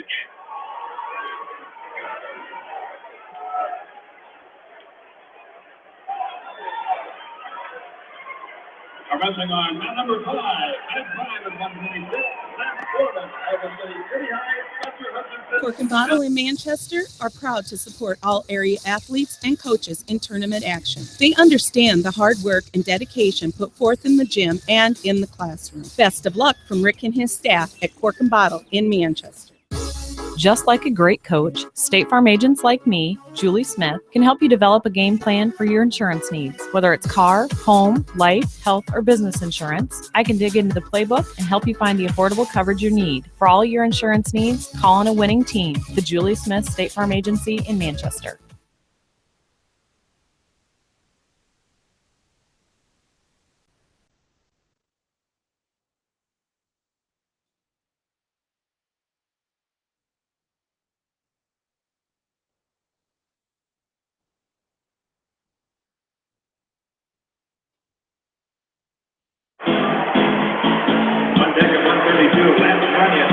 And welcome back into the state wrestling tournament. Nathan Betts up right now on mat number 6, the same mat that Jacob Close just won on. So hopefully we can have just as good a luck here as he's going to take on Shadrick Zarwi of Des Moines North Hoover, as Zarwi took his time getting to the mat, and now we're ready to go at 126-pound consolation. Well, Jamie, we've always talked about Betts coming back after a tough loss and Zarwi coming in fresh. We're hoping that Nathan Betts can come right out here, and hoping Betts can come right out here from the get-go and get himself on the podium also. Long single shot on the whistle by Betts. Just missed the heel of Zarwi. Zarwi looks to be fairly quick. He's 30-10 right now. And there's a long double shot. Switches off to a single. Zarwi in deep. He's going to try to back trip Betts, and Betts is going to try to pancake him, but Zarwi is going to pick up the first 2 points. He is quick, Zach. He is very, very quick. Boy, just snapped right in, got right in on that double, and then quickly switched over to a single. And Betts had nowhere to go but to his backside. There's a nice knee slide to a stand-up by Betts. Let's see if he can turn this into points. Zarwi's going to capture that right arm and try to take him out of bounds. Still up to his feet is Betts, and Betts is going to split the hands of Zarwi, pick up a 1-point escape. It's 2-1.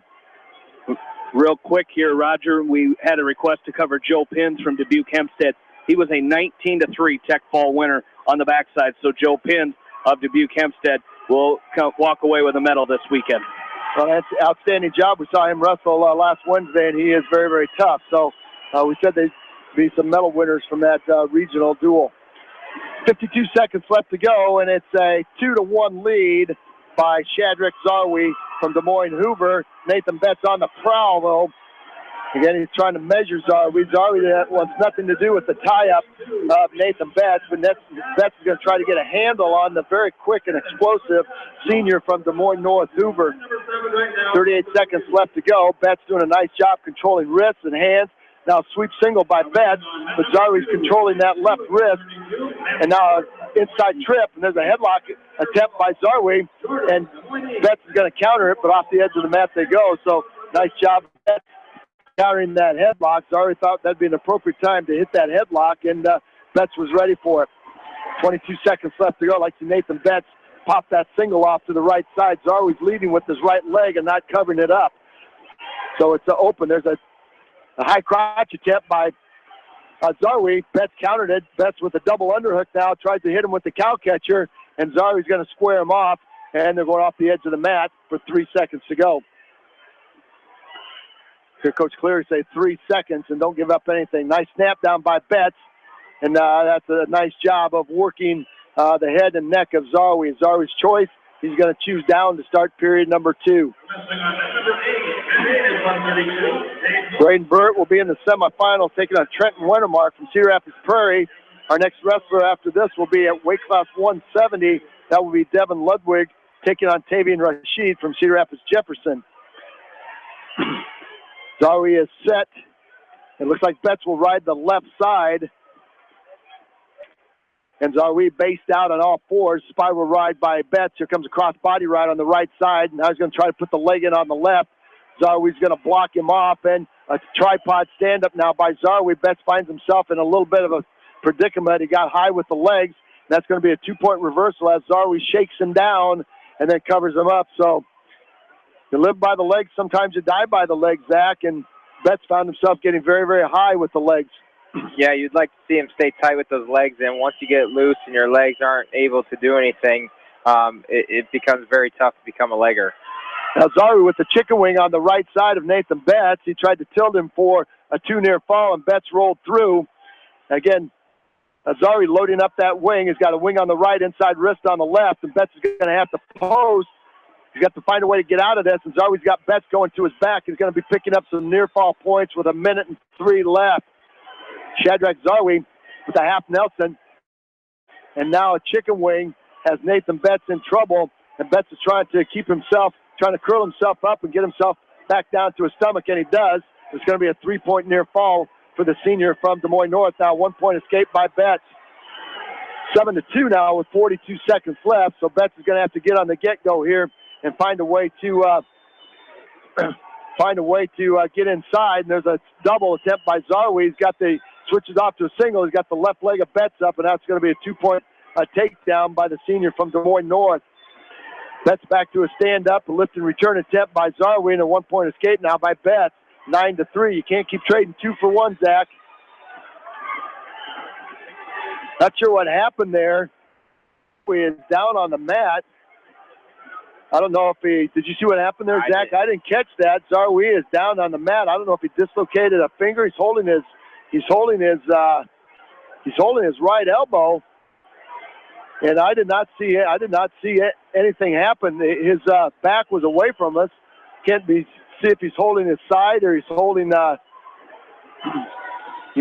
something there, and he is in a world of hurt as looks like he's holding his right side. Left side might have pulled an intercostal muscle or something there, but he's in a world of hurt there. And injury time's going up to a minute. You get 2 minutes of injury time. He is leading in this match and looking very, very good, but Nathan Betts went to grab his right wrist, and I think as Zarwi pulled that wrist back. I think it's something in his right side he's holding. Like a rib, maybe? Yeah, the trainers are down attending to him. He's got 27 seconds left to go in injury time. We're going to cut injury time right there. and he's back to his feet. Got 22 seconds left to go here, or 16 seconds left to go here in period number 2. We're going to get a caution against Zarwi. Nathan Betts on the go now as Zarwi is in reverse mode. 10 seconds left to go. There's a sweep single by Betts. He's in deep. Let's see if he can turn this into points. He's got 5 seconds. He's going to try to cut across to a double. Now a double underhook. Zarwi hits Betts with a headlock. You can see that coming, couldn't you, Zach? Betts went to a double underhook, Jamie, and then Zarwi hit him with a headlock. He looks okay now, doesn't he? He does. So Betts' choice, he takes neutral, which is kind of surprising. I thought he'd take down and then get it within 5. Betts working the head of Zarwi, and Zarwi in reverse mode again. Betts is going to keep the pressure on. Now Betts drops in on a single to the left side of Zarwi. Zarwi blocks him off. We might get a stalling against Zarwi. Betts coming right back with a body lock. He's going to pick up no 2 yet. That's 2 right there. Betts picks up 2. Then let's see if he cuts him loose. Betts is going to cut him loose, I think. It's 9-5. It's going to be 10-5 now. And a minute 33 left to go in the match. So Nathan Betts on the go now. He's got to step on the gas pedal as the senior from Des Moines North is in reverse gear. And they're stalling now against Zarwi. Betts is going to try to drop in on a single. And now an underhook. Zarwi drops in on a double. Now he switches off to a single. He's got the left leg of Nathan Betts up. Betts trying to step down on that, trying to hit him with the whizzer. That's got to be stalling right there. Now, back trip by Zarwi has a 2-point takedown on Betts. Betts trying to get to his feet. Now a switch attempt. Zarwi with a tight waist, and Betts off the edge of the mat. Zarwi not in very good shape here. He's got a minute 1 left, and I'll tell you what, he's having a hard time finishing. 12-5 is your score now. And as Zarwi slowly gets back on top of Betts. Betts tried to go for a switch, left his right arm behind. Zarwi tripped, blocked, and there's a 1-point escape now by Betts, 12-6. He's got 52 seconds left. Working the head is Nathan Betts. He's got to find a fireman's carry or something, feet to back. Zarwi is in reverse gear. No call yet. No stalling call. Betts now in on a double. Zarwi's going to try to block him off, and off the edge of the mat they go. 38 seconds. 12-6. Betts needs something feet to back here. There's a long shot on the whistle. 35 seconds left to go. Drop in single, stalling to get Zarwi. There's your 1 point. Now you need a 5-point move here. 29 seconds. Zarwi blocking Betts off. 25 seconds. Down block by Zarwi. Now double underhook. Nathan Betts has to have a throw here. 20 seconds left. 18 seconds. Betts now drop in on a fireman's. Let's see if he can turn this into 2 and 3. Going to pick up 2 on the takedown. There's 2. He's got 10 seconds left. He's going to run out of time. He's going to try to cut Zarwi loose. 4 seconds left. Betts is going to try to throw Zarwi to his back, and he's going to run out of time, and it's going to be a 12-9. A tough loss there for Nathan Betts. So the senior's career will be over. And tell you what, 12-9. A couple of those quick takedowns by Zarwi, Zach, was the difference in that match. And, you know, he just wasn't able to come back from it as Zarwi's going to win that match. Betts really looking really dejected down there as he gave his best effort there trying to come back in that match, as I think Zarwi just ran out of gas there. And unfortunately for Nathan Betts, he couldn't overcome that. So he had a great career at Western Dubuque, and I think that Bobcat Nation is very proud of Nathan Betts and the career he had getting down here as a senior for the Bobcats. As the Western Dubuque, we haven't checked today looking at the team scores in Class 3A. As yesterday the Bobcats were in 5th, they've now moved up to 4th place with 40 points. As currently the team standing, Southeast Polk in 1st place with 71, Fort Dodge in 2nd with 60.5 points, Valley West Des Moines in 3rd place with 48 points, Western Dubuque in 4th with 40, and behind them is North Scott with 33.5 points, and Waverly Shellrock in 6th place with 31.5 points. So Bobcats still doing well today as in the team race, as their next wrestler up will be at 100 and 70 pounds, as it'll be Devin Ludwig, as we'll have a little bit as they're at weight class 145 right now. So we'll send it back to Janelle at the station. She'll play some music here, and we'll be back with Devin Ludwig in just a little bit as you're listening to the 2017 State Wrestling Tournament on Mix 94.7 KMCH. Crop Production Services are proud to support all the area athletes. Call Crop Production Services of Winthrop for all your ag input needs. They are the team to call. Congratulations to the student athletes on your achievements from CPS in Winthrop. Hey area athletes and coaches, my name is Brooke. I am cheering you on this sports season. Krugman Construction would like to congratulate all area athletes and coaches on a successful season and wish them continued success in tournament action. For all your building needs, call Krugman Construction in Manchester. Hi, this is Chris Henry, Service Manager at Brown Sales and Leasing in Elkader. Our goal is to make your car buying experience the best possible, and our factory-certified technicians are dedicated to you and your vehicles. Stop in and see us at Brown Sales and Leasing in Elkader, or visit us online at forbrowns.com. Your hometown dealer, wherever your hometown may be. Best of luck to all area athletes and coaches. Paladin Attachments is a blending of 11 brands joining skills and expertise to design and build the best quality heavy and light duty attachments in the world, giving customers powerful peace of mind. Join Paladin and Delhi in wishing all area athletes, teams, coaches, and fans the best of luck. Skogman Realty would like to congratulate all area athletes and coaches on a successful season and wish you the best in tournament action. For your real estate needs, contact Christine Baldwin, your local Skogman Realty agent in Manchester at 920-9194.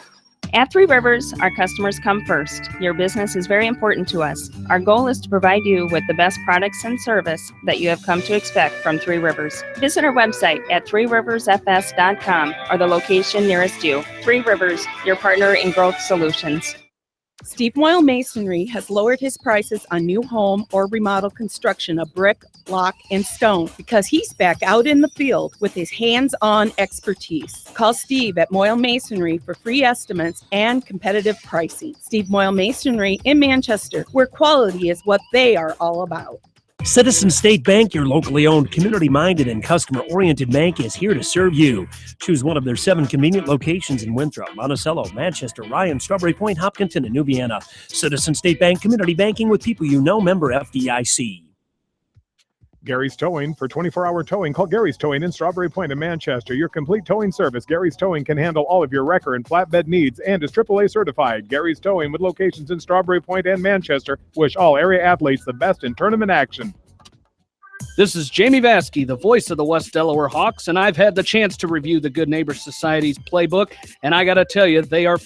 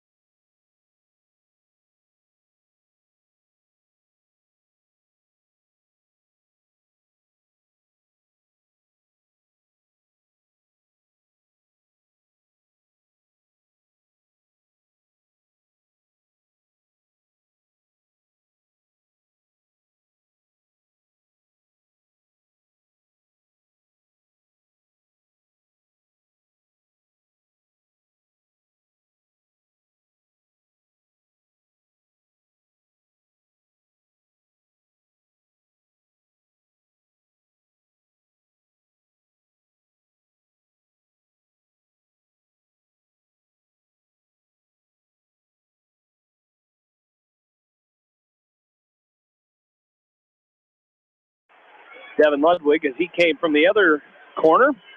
Now we just need the officials to get them rolling here. Rashid with a heavily bandaged right elbow, and they're all blue Jefferson Jayhawk singlets here. And we'll see if Ludwig coming in fresh and if he can get on top of Rashid and maybe get the edge here, Jamie. Might have an opportunity, when the guys and Rashid was leading that match against Babcock also when he got turned and pinned. So we'll see if this has any ill effects on the senior from Cedar Rapids, Jefferson. Doesn't appear to, right there.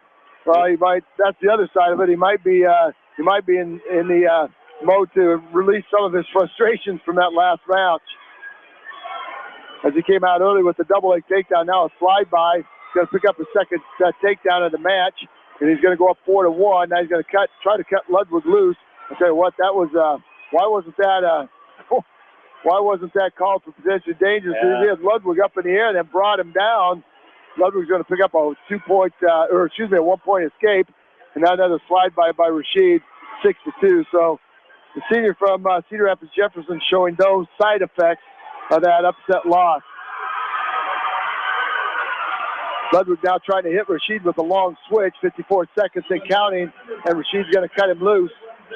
So now it's 6-3, and Ludwig's going to have to use his length to try to keep Rashid away from him. Rashid measuring Ludwig with that right hand and then exploding through with his left every time he shoots. 35 seconds and counting. Again, you win this match here, you're assured of a medal. You lose this match and your tournament is over. 26 seconds and counting. Rashid up on top now, 6-3. Looking for another takedown. Slide by attempt by Ludwig. Ludwig now drops in on a single. He's got the left knee of Rashid. See if he can keep it. And boy, he's going to have to step to the outside. Rashid with a quarter Nelson on Ludwig. Ludwig pulls the quarter Nelson off. Now Rashid trying to hit a go behind with 5 seconds left to go. Ludwig's got to try to block him off here. Rashid's going to cut the corner and cover the ankle and pick up his fourth takedown of period number 1, 8-3. Yeah, right there, last second of that first period is when he got that takedown. So unfortunate for Ludwig, as it's going to be his choice. He's going to go down to start the second. Ludwig only a sophomore for Coach Paul Cleary, so missing some matches due to some injury time, and now he's back in qualifying for the state tournament, trying to make the best of it here. To the stand-up is Ludwig. He's going to split the hands of Rashid and pick up a 1-point escape. It's now 8-4. So if Devin Ludwig can find a takedown that works, maybe keep this thing close. There's an arm drag by Rashid. He's going to scoop the right ankle of Ludwig, and now cast himself around the backside and pick up 2 as he covers the hips of Ludwig. Takedown number 5. Now 10-4, and escape by Ludwig 10-5. So Rashid finds himself trading 2 for 1. A slide by now by Ludwig. He picks up 2, 10-7. Just what the doctor ordered, just what we talked about. Ludwig can find a way to get up on top and put the pressure on the senior from Jefferson. As Rashid got just a little bit casual there, and then Ludwig made him pay for it. Now Ludwig's going to cut Rashid loose. 11-7. 11-7. Here we go. This has turned into a really good match. As Rashid now reverse gear. Rashid tries to drop in on a double. Ludwig tries to hit him with the reshot. Slide by attempt by Rashid. Ludwig squares him off. Now snap down by Rashid, and Ludwig almost has that left ankle as they go off the edge of the mat. Back to the center we go. And a lot of hand fighting, a lot of action here. There's a nice shot by Ludwig. He's in deep. Let's see if he can cut the corner on Rashid. Rashid draped over the top of Ludwig. Ludwig trying to pick up 2 as he cuts the corner. Rashid might have 2 as he steps his left leg inside the right leg of Ludwig. Ludwig still has the right knee captured of Rashid. Rashid trying to cover the hips of Ludwig. Might get a stalemate right there. We've been calling some quick stalemates, we've been calling some slow stalemates, and this is one of those slow ones. But Rashid trying to cut the corner. 10 seconds left to go. Again, our score is 11-7. No points yet, and the referee's going to let him go. No points there. So there you go. Nice period there by Devin Ludwig, Zach, to work himself back into the match. Yeah, he's taking some very, very nice shots out there, and he's continuing to look to finish them, especially, with Rashid's, heavy hips. He's doing a great job at cutting corners and picking up a takedown there. Over on mat number 8, it was Alex Stryker with a major decision, so he will be on the medal stand. Alex Stryker from Linmar. All right, third period underway. Ludwig on top of Rashid, riding top. He's got a tight waist, trying to dig a chicken wing on the left side. Now a hard crossface by Ludwig from left to right, and he's stuffing that right elbow that's heavily bandaged of Tavian Rashid. 135. Again, Ludwig's got to find a pinning combination here, a tilt of some sort, and Ludwig is going to play the possum as he is belly down. The cradle attempt now by Ludwig as he goes over the top of Rashid. Rashid with a sit-out turn-in, trying to pick up a 2-point reversal. Ludwig again draped over the top. Ludwig's got a drive cradle looking at him. Let's see if he can get it locked up. Got to pop off the leg, Zach, and drive your forehead right into the rib cage of Rashid. He might have the drive cradle locked up. Now he goes to work with the drive cradle. And Rashid's going to post his inside hip down, and Ludwig's going to turn into a bulldozer and drive Rashid across the mat. Under a minute now, Rashid belly down, and he is stalling. Ludwig trying to lock up a drive cradle, and Rashid now gets warned for stalling.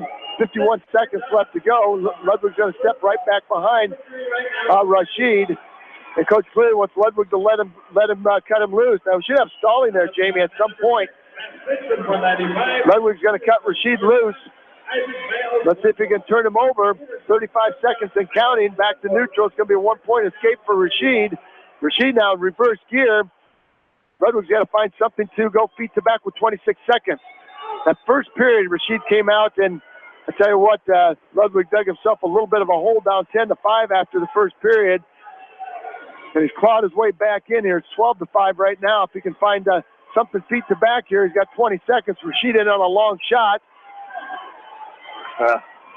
Ludwig goes over the head of Rashid, and Rashid's going to dump Ludwig to his back. It could be a fall. There's the fall. 5:51. So Devin Ludwig will get bounced from the tournament, losing by a fall in 5:51. So Devin Ludwig, his experience down here at the well as a sophomore, first-time sophomore, as he will leave here 1 and 2. But, Jamie, valuable experience. You got Ludwig, who came in the tournament at 19-8, state qualifier. You come down here and win a match. You can log that up for experience. Yeah, you can. And, that was a great run that Devin Ludwig had here at the end of the season, just getting into the state meet and going from there and, getting down here and wrestling some good competition. He won a match down here, and that's a great effort by the sophomore, and he's going to come back next year and have another opportunity the next couple years to get back down here. So great job there, great tournament, and great season by Devin Ludwig.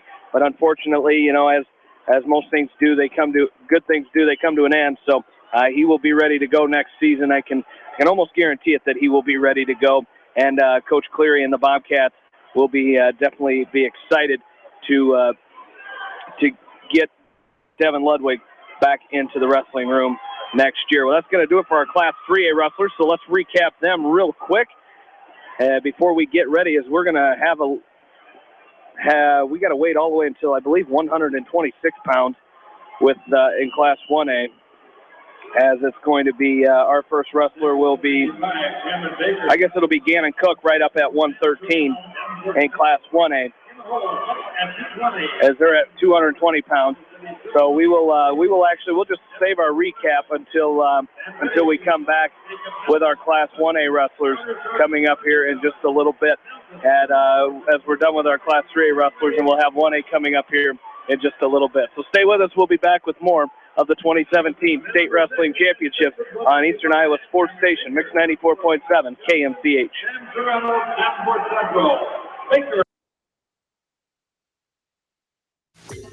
Ellis Implement and Outdoors in Coggin is your local supplier for farm equipment and outdoor power, offering parts, sales, and service since 1937. Ellis Implement and Outdoor wish all area athletes and coaches the best of luck.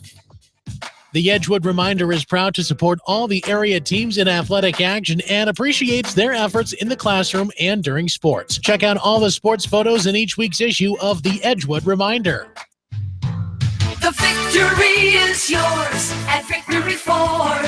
Hey, the James Halverson, Service Manager at Victory Ford in Dyersville. Our service and parts team at Victory Ford is dedicated to keeping your car in tip-top shape. And our sales department makes buying a car easy and hassle-free. Stop out to Victory Ford in Dyersville or online at victoryfordonline.com. Good luck, athletes and coaches.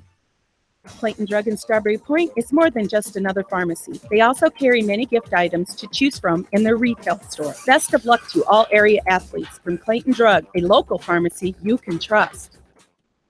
TriVet Associates is a mixed animal veterinary clinic with offices in Farley, Dyersville, and Holy Cross. Our 8 doctors serve the Dubuque, Manchester, Guttenberg, and Cascade areas and provide veterinary services to both large and small animals. For more information, find us on Facebook or visit our website, trivetinc.com.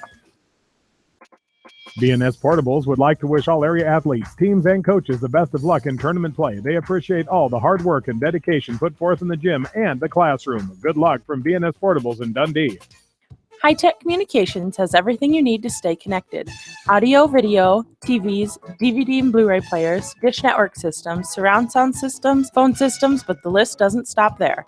High-Tech Communications has a staff of professionals to help you get connected, from the installation of your entertainment system to cable and data wiring in your home or business. High-Tech Communications, changing your world with technology. Anyone can win a game, but it takes a lot more to be a champion. It takes hard work, dedication, and teamwork. That's what the athletes and teams of the area bring to every game. And it's what Champion Seed does as well with its all-star dealer team. Don't just play to win. Plant champion. Finish stronger. Holtz Construction are proud to support all area athletes. They recognize the time, effort, commitment, and training it takes to accomplish goals, both in the gym and in the classroom. For all your ag construction needs, Holtz Construction in Manchester. Whether it's an orthopedic, sports, or occupational injury you are suffering from, Regional Medical Center Therapy Services has you covered. With a customized treatment program, Regional Medical Center Therapy Services can get you back on track in the active game of life. Regional Medical Center, excellence in healthcare, close to home.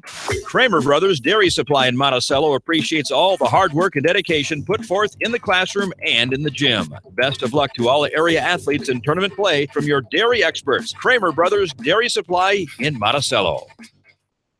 Beck's, the largest family-owned retail seed company in the United States, is dedicated to the needs and profitability of farmers. With access to the most diverse genetic and trait offerings in the world, Beck's provides farmers with the right products for their farm. To place a Beck's seed order today or to inquire about a dealership opportunity, contact John McMillan, your local Beck's seed advisor at 319-350-6580. At Tauke Motors, we believe in a gentler, simpler way of doing business. Check out our large selection of new and pre-owned vehicles, as well as a great incentive at TaukeMotors.com. If you're looking for a new, pre-owned vehicle or service on your current vehicle, come to Tauke Motors, Chrysler, Jeep, Dodge, and Ram on 9th Street in Dyersville. Simon's Grain and Feed wish all area athletes and coaching staff continued success in tournament play. For all your feed and grain needs, see the experts at Simon's Grain and Feed, locally owned and operated in Manchester. Leonard Muller Funeral Home and Crematory wishes all the best to the athletes and appreciates their hard work and scholastic efforts throughout the year. For personal, caring service, Leonard Muller Funeral Home and Crematory in Manchester, Edgewood, and Strawberry Points. Riker Shoes is your specialty shoe store in Dyersville. They carry women's shoes to size 13 and men's shoes to size 18. They now carry Merrill and Clark brand shoes. Riker Shoes are open Monday through Friday, 9 until 5:30, Saturdays, 9 until 4, and evenings by appointment. Best of luck to all area athletes from Riker Shoes in Dyersville. Mosher Family Pharmacy is your specialist pharmacy in Elkader. They also carry special gift items and cards. Mosher Family Pharmacy wish all area athletes and coaching staff continued success. Mosher Family Pharmacy in Elkader. Crop Production Services in Dyersville and Worthington for all your ag input needs. They're your team to call. Congratulations to all the student athletes on your achievements from CPS in Dyersville and Worthington. For more than 80 years, GMB has lived its mission to help customers achieve their financial dreams. Supporting the communities where you live, work, and play is important to us because that's where we live too. It's where we provide great service, sound advice, and solutions to meet your financial needs. GMB Bank, member FDIC. For all your residential and commercial plumbing, heating, and electrical needs, call Meyer Mechanical in Dyersville. Meyer Mechanical, wishing all area athletes and coaching staff in tournament action continued success. For all your general contracting needs, turn to the professionals at Lucky Building Service in Manchester. For commercial, remodeling and building and new home construction, call the experts. Lucky Building Service in Manchester. 563-927-5677.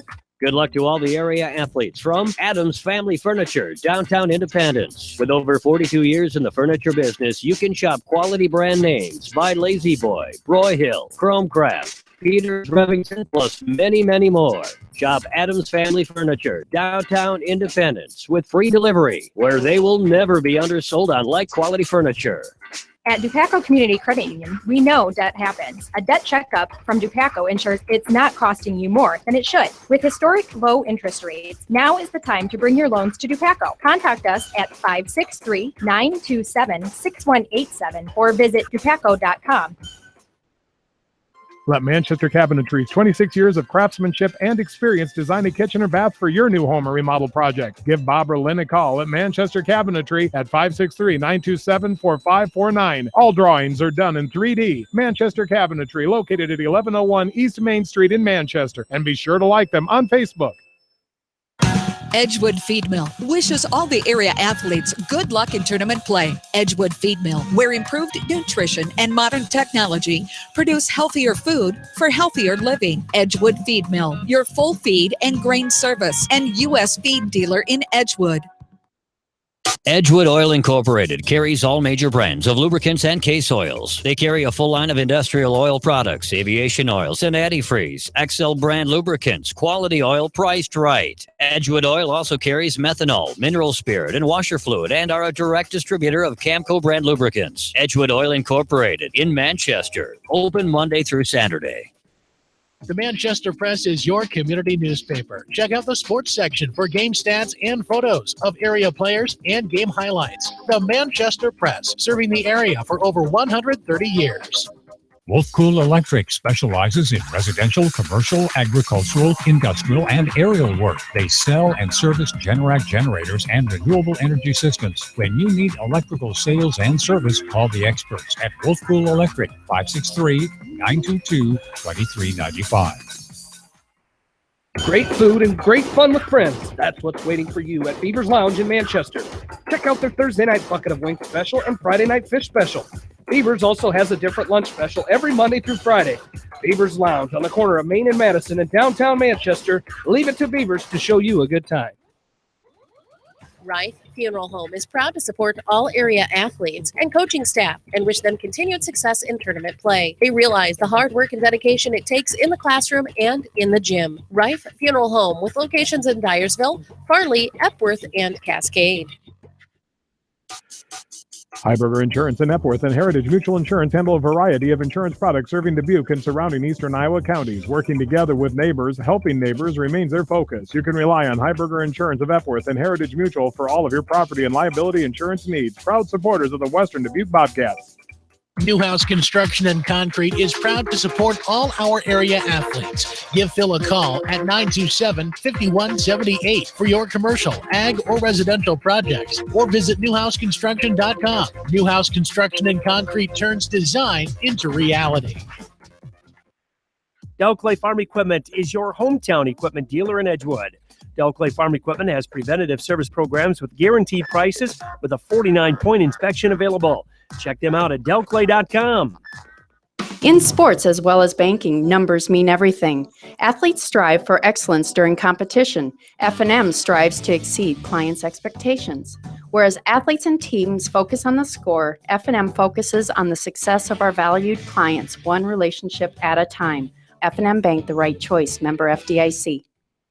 McDowell Repair is your one-stop shop for all your parts and repair needs, including AC, brakes, batteries, belts, exhaust, shocks, tires, and tire repair. They have highly experienced mechanics that are ready to keep your vehicle in top working condition. Why are you waiting? Call McDowell Truck and Auto Repair at 563-932-2661, located on Highway 13 south of Manchester. Like them on Facebook.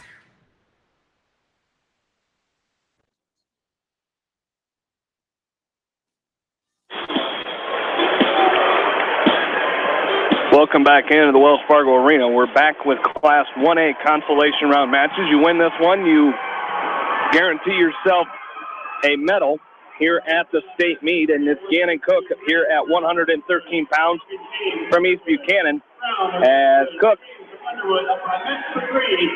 here at 113 pounds, he will be taking on Easton Larson from Don Bosco, who was just beaten in the quarterfinals by Cale Happel of Lisbon. Well, Jamie, if you look at the grades that Gannon Cook has wrestled, he's a senior. He's wrestled. This is his third freshman that he's wrestled. So now you got to call on all that experience and come right out and get after. Don Bosco is 31-9. Easton Cook's going to get a double leg takedown right on the edge of the mat. And that's how you do it. You attack the laces of Larson and finish that double up. So he'll take an early 2-0 lead in the first period, and he will be up on top riding. We look for a physical ride by Cook, and he got here by losing his first round to a very good Bryce Hall from Southeast Warren, 5-3 in overtime, and then winning in his wrestleback 7-0 last night. And now he's taking on Easton Larson. Cook coming in fresh. Larson off that hard match with Cale Happel. So Gannon Cook will see if a fresh body against one that's been beaten up pretty good, Zach. We'll see if that makes a difference. Yeah, he's looking really good right now. He's continuing to come out here and work on his, his shot. Didn't give up on the edge of the mat, got a takedown, and now he's working hard on top to get some more points here. So Larson comes right to a stand-up, so Cook has to drop in and on the single and then front trip Larson. Larson in a long switch. Larson is a very long, lean 106-pounder. Trying to hit Cook with a switch, and Cook's got him blocked off with his left arm. He's going to climb the body and trap the free arm, which was the right arm. Now he's got Larson belly down, and back to work he goes with his offense on top. So we're back to 1A. They're running these guys right through. Our next wrestler up after this will be Brady Henderson from North Lynn and his wrestleback. He lost a very tough match, 6-2 to Donnie Schmidt from Wapsie Valley. So he'll be coming in with a little bit of something to prove. First period over. Gannon Cook now up 2-0. That's going to be Larson's choice. He'll defer over to Cook, and Cook will take neutral. Good choice. I don't think you want those legs in, Zach.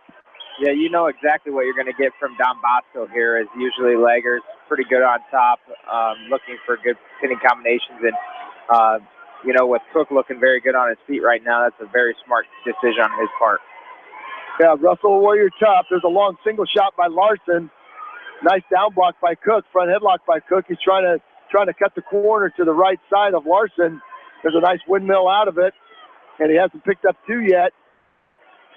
He's got a single, now a back trip. I'll tell you what, he didn't bring that free arm around the waist. He's got to block off Larson, and Larson's trying to put a cross body right in, and Larson's going to pick up a 2-point takedown. We're tied up. That's just what you said, Zach.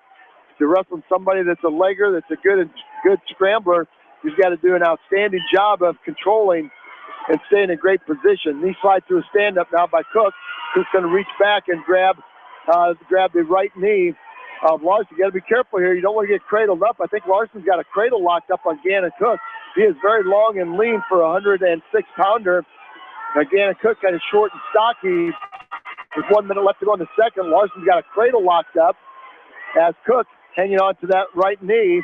Now Larson scissors his legs, breaks the grip of Cook, and he's got the cradle locked up on the left side of Gannon Cook, and he's trying to throw Cook to his back, and Cook wisely stretches out, arches his back, and breaks the grip of Larson, and he's got to go and come back to work. I think Larson's got that cradle locked up again. Gannon Cook's reaching back with his right arm. You got to be very careful doing that, as Easton Larson's trying to pinch that right arm between his right knee, and if he throws a far side half Nelson, then he can throw Cook to his back for some back points. 20 seconds in counting. Second period, we're tied up at 2-2. Again, you win this match, you walk out of here with some hardware. You lose this match, your season's going to be over. Crossbody ride by Larson. Power half Nelson on the left side. 5 seconds left. He's trying to tilt Cook for near fall points, and he doesn't get it. So we'll go to the third period, and it's going to be It's going to be Larson's choice, and he will go down. Are you thinking if you get in trouble here, Zach? Jamie, give him one, but not two. Letting him up right away here, Roger, which I think is a very smart move on his part. It's going to be a one-point escape now. As we're going to start in neutral to start this match. So Gannon Cook, after coming out very quickly with a nice double-leg takedown on Easton Larson, Larson has fought back to take the lead, scoring 3 unanswered points in the 2 in the second, and then 1 here to start the third. Got to be careful with this pressure. Cook's doing a nice job of going forward, and Larson's backing up, but I think he's baiting him into something that he's looking for to hit. Underhook now by Gannon Cook on the right side of Larson. Larson blocking Cook off with his head, and we'll go off the edge of the mat. We'll get a restart here. Cook's got to make something happen here in a hurry. Warning now against Larson. Larson drops in on a single, and he's got the left knee of Gannon Cook. Now he elevates Cook. He's going to try to come through the back door. Cook draped around the waist, around the body of Easton Larson, and he's pinching Larson with his knees, pinching the head of Easton Larson with his knees. Now Cook goes over the top and through the legs of Easton Larson, trying to get into a scramble position. Let's have a stalemate there. Let them wrestle for a long time in this position. As Cook is hanging on, he's draped around the waist. Larson trying to pull his head out. 57 seconds. Boy, this referee has let him go here for a long, long time. Finally, a stalemate. Wow, that was a long time, Zach and Jamie, in that same position. That was, and they, like you said, you usually try to get a stalemate out of that, as they didn't, like you said, let it go a really, really long time. But now Cook's got to really go back to work because he's only got 40 seconds left. Well, he's in a fireman's carry, a Kelly situation. Let's see if he can dump Larson. Larson in a position to just hang on. We're under 30 seconds now. Cook's going to have to break free or hit something here. There's a fireman's carry attempt by Cook. Again, Larson blocking Cook off. Cook tries to hit a Kelly. And I think Larson's going to end up with a 2-point takedown here as Cook tried to dump Larson on his side for a Kelly. And as he tried to come underneath Larson hooked the right knee of Gannon Cook. And he's going to pick up a 2-point takedown. 4 seconds left to go here. And Easton Larson is going to win this match 5-3. So Gannon Cook's time here at the state tournament will end on a sour note as he loses 5-3. So he will get bounced from the medal round, and not very happy. The seniors from East Buchanan not very happy about that. But we talked about tears and smiles, and there's a perfect example of it, Zach. Yeah, it's tough leaving your career right there without him, without a medal in your senior year. So he did a very nice job, had a great meet, nothing to, hold his head low on. He's got to keep his head held high and remember all the good times he had in his whole entire wrestling career. And, if he's moving on to wrestle, if he's not, there's nothing to hang your head. That's exactly right. Well, now we're going to move to weight class 126, and Brady Henderson in his wrestle back. He's taking on Anavin Murnavong from Maple Valley, Antonoto. And out is Murnavong as he tried to lock up a quick single on Henderson, and Henderson on the get-go. He's going to pick up a 2-point. They gave him a 2-point takedown. Now it's a 2-point takedown by Henderson as he's got his left leg wrapped inside the right leg of Murnavong and trying to lock up a spladle. And Murnavong, we're going to get a stalemate right there or something. Brady Henderson is going to take some injury time. Not sure what the situation was there, but he's sitting on his backside. And Coach Henderson out taking a look at his son, Brady Henderson, coming out of that scramble with a 2-point takedown and then calling a timeout there. He's got a heavy knee pad on his right knee, and I think he pointed to that knee as Coach Bridgewater and Dad Larry Henderson out to the mat there to take a peek at that right knee of Brady Henderson. Nice job of getting a takedown there to open this match up. A little bit more aggressive this match than he was the last one against Donnie Schmidt. I like his mental approach to it. Yeah, he did a nice job of coming right out and hitting that shot. And taking him down here. And so hopefully you don't see injury time come into effect here, and hopefully he can fight to win a medal right now. So they're going to cut injury time, as it looks like he's shaking that knee out, and he will ride Mornavong as we've got 1:33 left to go in the first period.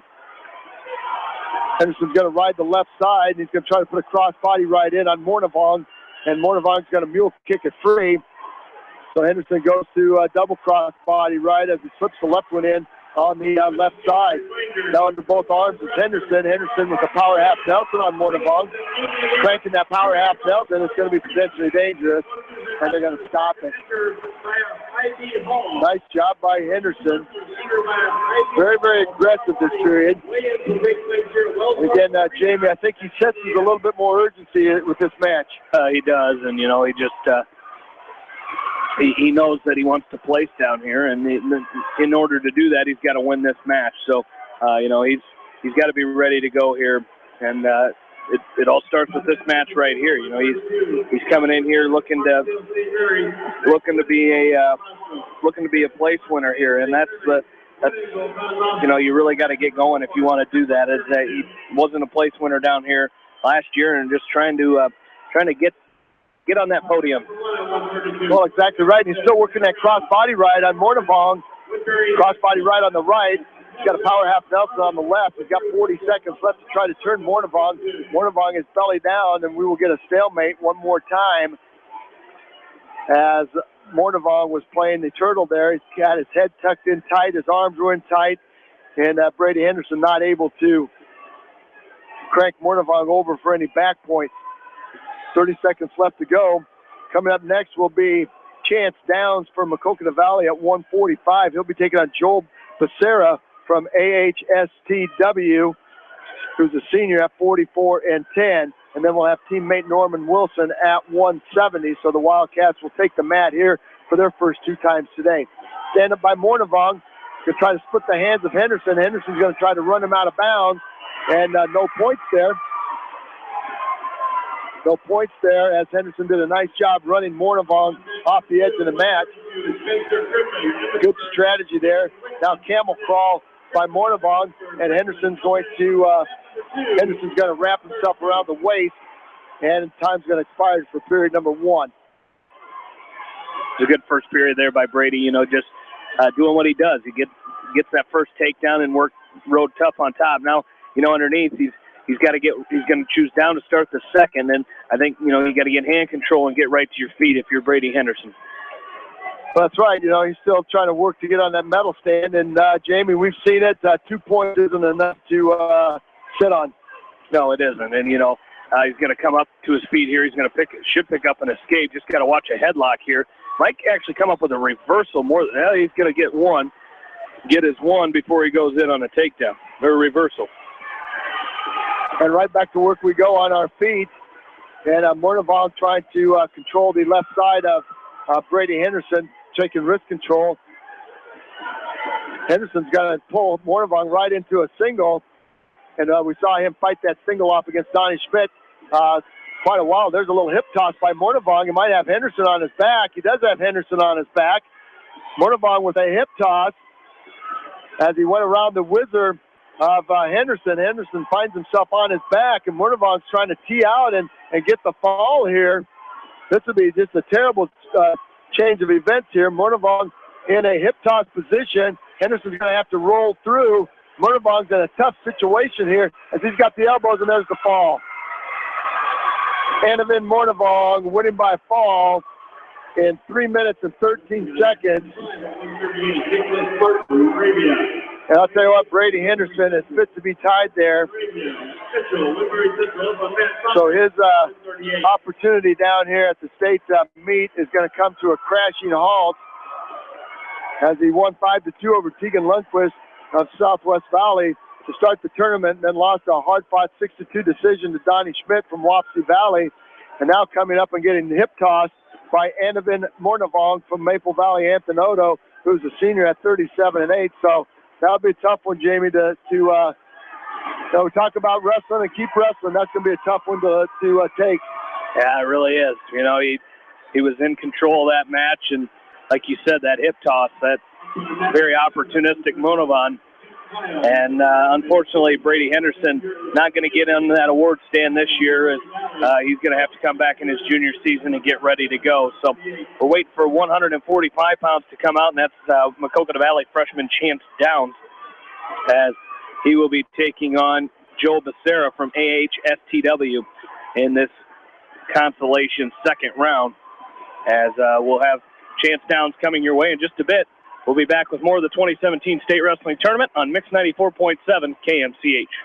For all your residential and commercial plumbing, heating, and electrical needs, call Meyer Mechanical in Dyersville. Meyer Mechanical, wishing all area athletes and coaching staff in tournament action continued success.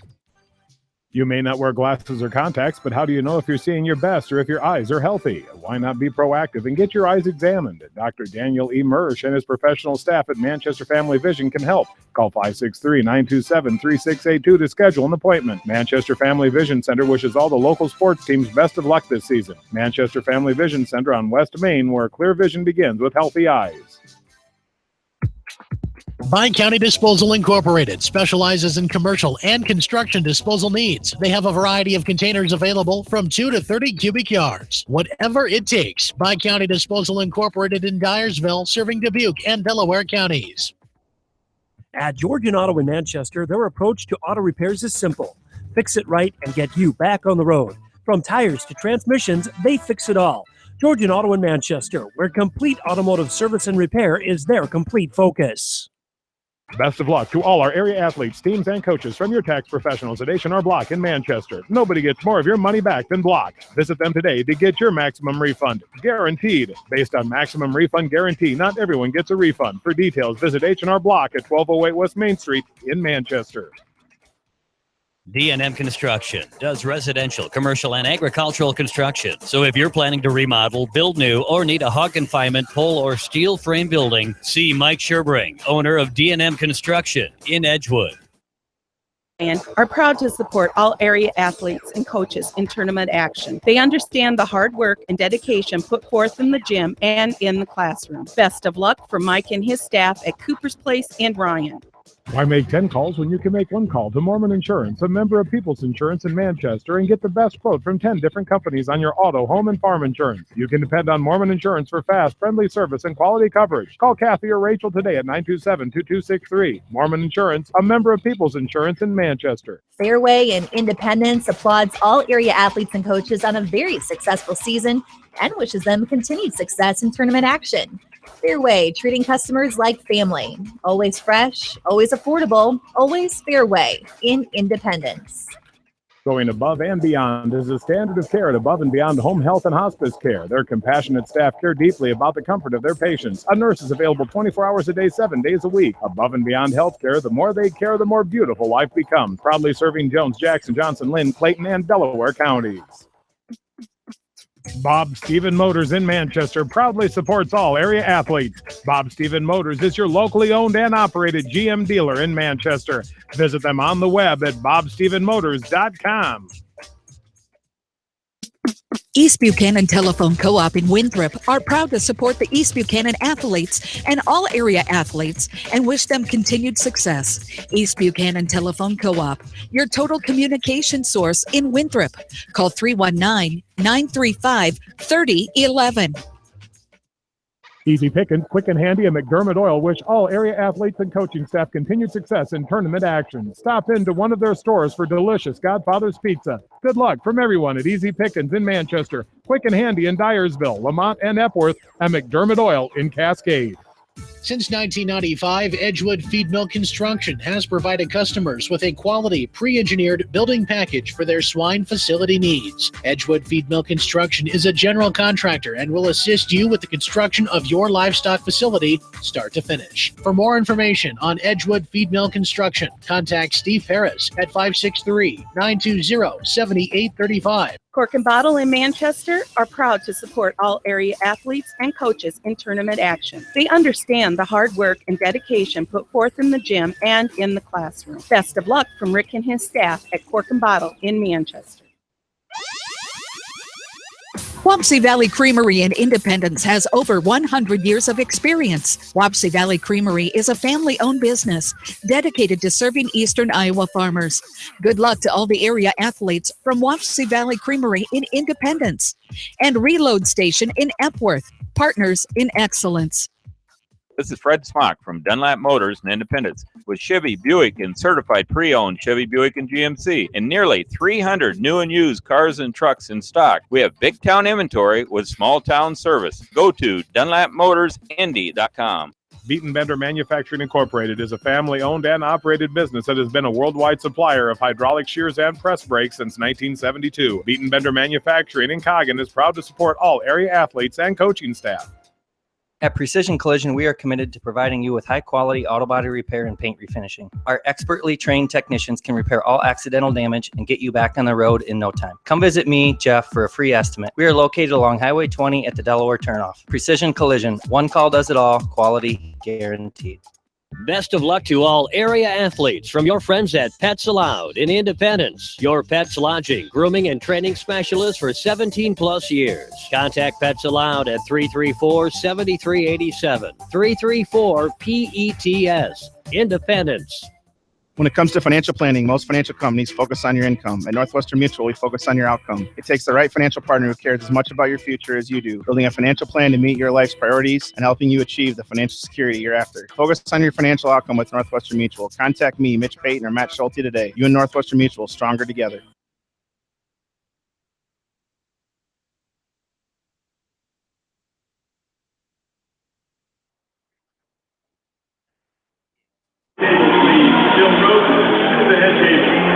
Back in to the 2017 state wrestling tournament as we're back here for Class 1A consolation second round. We've got Chance Downs from Maquoketa Valley. He's up over on mat number 1 as Downs taking on Joel Becerra of AHSTW, a senior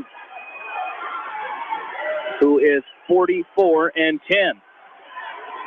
Yeah, and this will be a good match for the freshmen from Maquoketa Valley. Definitely a guy with a lot of experience here, and looks to be very, very physical. But Chance Downs wrestling Hunter Cobb last night from Wayne that was very physical, came out with a 10-3 win in this wrestleback. There's a long shot by Becerra on the edge of the mat, and Downs is just going to snap him down and take him right off with him. So back to the center we go. Neutral position, 131 and counting. 131 and counting, period number 1. Again, you win this match, you stay in the tournament. You wrestle for as high as 3rd place. You lose this match, and your tournament is over. Get a handshake, and you exit the tournament. Downs doing a great job working his collar tie, trying to be heavy on the head of Becerra. And Becerra's going to drop in on a single, and that's going to back trip Downs, and Downs with a hard whizzer is going to snap Becerra to the mat, and off the edge of the mat they go. I love the physicality of the freshman from Maquoketa Valley. Not intimidated one iota. I'm sure this is not the first senior he's wrestled during the course of his 34 wins. 59 seconds, under a minute now. Downs with a hard collar tie, snapping back and forth, trying to get Becerra off balance. Now we're going to go off the edge of the mat one more time. Roger, he has very, very good hips. He's got very good upper half right there. He's very heavy on his hands, doing a nice job of fighting off a lot of shots and also, snapping and moving around here. So that's a good thing to see out of Chance Downs, not backing down from his opponent. He's trying to work a Russian tie there. Now he drops in on a single to the left side of Becerra, and Becerra blocks him off. Becerra tried to hit a go behind, and Downs blocked him off. Now there's a double leg takedown by Becerra in deep, a hard whizzer. You should call it that great hips there by the freshman as Becerra was in deep on a double, and Downs popped those hips and kept Becerra from taking him down. Good down block by the freshman. 19 seconds to go. Got a great first period. Great match taking place right here. Both of these guys fight to stay in the tournament. Slide by attempt by Downs. See if he can cut the corner on Becerra with short time. Becerra's going to square him off. Downs is going to try to put that Off the edge of the mat, boy, ran out of time. Nice job by Downs. He almost had a 2-point takedown on the edge of the mat. Couldn't quite get the corner cut. And that's going to do it for the first period. Downs wearing the green leg band. Let's see his choice. It will be Downs' choice. Let's see, he's going to defer over to Becerra, and Becerra will choose Downs. Waiting in the wings is Norman Wilson from Macoka of the Valley, taking on Gunnar Grunstead from Panorama, who's a junior at 42-11. Stand-up attempt by Becerra. Deep waist, near far ankle by Downs, picks Becerra up and takes him back down on the return. Becerra tries to hit Downs with the sit-out turn-in, and Downs will cover him up. Zach, a lot of action, and we don't have any score yet.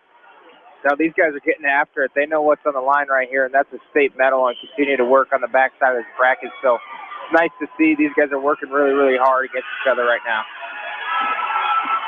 Well, Becerra will finally dent the scoreboard there with the stand-up. Then he's going to split the hands of Downs and pick up 1 point. And now Becerra goes back to work on the head and neck of Downs, and Downs with a retie on Becerra. 2-on-1 now by Downs, Russian tie. He's got the right arm of Becerra tied up. Becerra will go in reverse gear and back off the mat, 125 and counting. 1-0 lead here for the senior from AHSTW. Southwest Iowa wrestling team. Back to action we go on the restart. Downs giving Becerra a lot of forward straight line pressure. Now good snap by Downs. Downs trying to get to the legs. Now we're going to get a warning against Becerra. Nice job by our official as Becerra was in reverse gear and just blocking off with his forehead. You need the head coaches from Tipton and Underwood. The referee's going to stop for just a second, talk to the coaches. I think the coaches from AHSTW were complaining about the stalling call. 53 seconds and counting.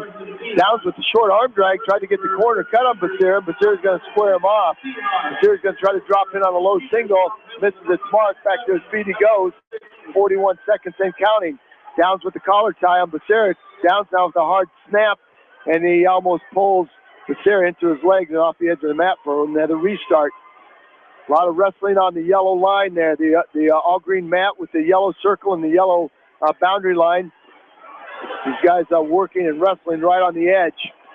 28 seconds left to go. Becerra once again backs off the edge, and Downs in bulldozer mode as he's driving Becerra off the edge. Like see Downs, Zach Alexi Downs come right back. He's pushing, and a quick snap down. He might be able to hit a go behind.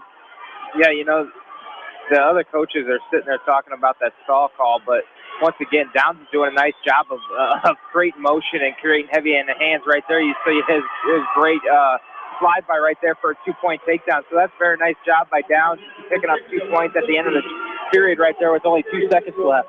Yeah, it's a great use of the clock, and now it's going to be Downs' choice. He's going to choose Downs. This might have been a senior from AHSCW overlooking the freshman. Chance Downs, 35-14 on the year. Wrestling, this is his 51st match. His 50th match. And a nice job there by Chance coming right up to his feet as he takes that 3-1 lead. And that's what you like to see, just continuing to push the pace here. But it appears to be in very good condition, and he's in battle mode. And the senior from HSTW now trying to up the tempo here a little bit also to get himself back in the match. Downs with a 3-1 lead here with 1:31 left to go in the match. Downs had that 2-on-1 Russian tie on the right side of Becerra, but could not make his mark. There's a long double by Becerra. Nice down block and spin by Downs. He's going to pick up a 2-point takedown. Now up by a score of 5-1. He's got a little breathing room. Now Downs trying to work a head lever on the left side of Becerra. Tight waist by Downs with the right, head lever with the left. Now might be a chicken wing with the left as Downs is trying to lock it up. He's got a bar and a half Nelson. He's going to jump sides and try to run the half Nelson with the bar. And Becerra will peel the half Nelson off, and Downs will have to reload something. Now hard crossface by Downs. He's got the head, taking the head to his knee. He might have Becerra on his back in a hard crossface cradle. He's going to dump Becerra on his back for a crossface cradle. Downs picking up back points. Might get the fall here as he's trying to readjust and end this match. Becerra's going to kick and go belly down again. and Downs will break the cradle, but it's going to be a 3-point near fall. Nice period by Chance Downs. And again, Jamie, we talked about, and Zach, Downs coming in fresh, and Becerra suffering a hard loss. Could be a fall. There's a fall. And 5:35. 5:35. Downs will wrestle for some hardware. And we should have teammate up right now, Norman Wilson, I believe. He just got called to Matt, right down here, Matt 4, I believe. Nice job by the freshman from Maquoketa Valley. He's going to walk out of here with some hardware, and he's got the dance going. Yeah, he's happy, all smiles there, slapping some fans on the way, high-fiving it. That's a great opportunity for Jamie and Zach. You got a freshman wrestling at 145. He's Eilers, who he lost to 7-2 as a junior. He beat Cobb, who was a sophomore. Now he turned Becerra, the senior, over to his back and winning by a fall. So Downs will continue in the tournament. And he's going to wrestle another senior, and Caleb Bolin from Waterloo Columbus in the consolation quarterfinals. So great job by Chance Downs. We should have Norman Wilson up on mat number 4, going at it right now as we are underway, taking on Gunnar Grunstead from Panorama. And Grunstead is 42-11, 53 matches on the year. Grunstead with a bear hug on Wilson. Wilson will have to back off, and we'll get a restart. So we'll see if Norman Wilson can join Chance Downs in the medal round. Alex McDowell already in the medal round, as he was a winner by fall of 5:52, so he'll be in the semis tonight. Eric Himes has a wrestle back coming up at 2:20, so trying to keep all 4 of the Wildcats in the tournament. Nice shot by Wilson. He's going to drive Grunstead off the edge for no points, but he got in deep, so that bodes very well for the the sophomore. Wilson, the sophomore from Maquoketa Valley. So McDowell, the senior, Himes, the senior, and the 2 youngsters, Wilson and Downs, trying to make the best of their tournament right here. As Grunstead will go to the blood corner. No, it's Wilson going to the blood corner. He's going to get some Vaseline. Looks like he might have a mat burn above his right eye, so he'll get a swab of Vaseline on that to stop the bleeding. And he's also going to get some coaching along the way. So 35 seconds left to go here in period number 1. Still no score. Grunstead in a stagger stance, leading with that right leg. Norman Wilson content to stay in his square stance. And that's been very successful for him. 21 seconds and counting in period number 1. And we'll see if Norman Wilson can find a way to dent this heavy-waisted, heavy-legged junior from Panorama.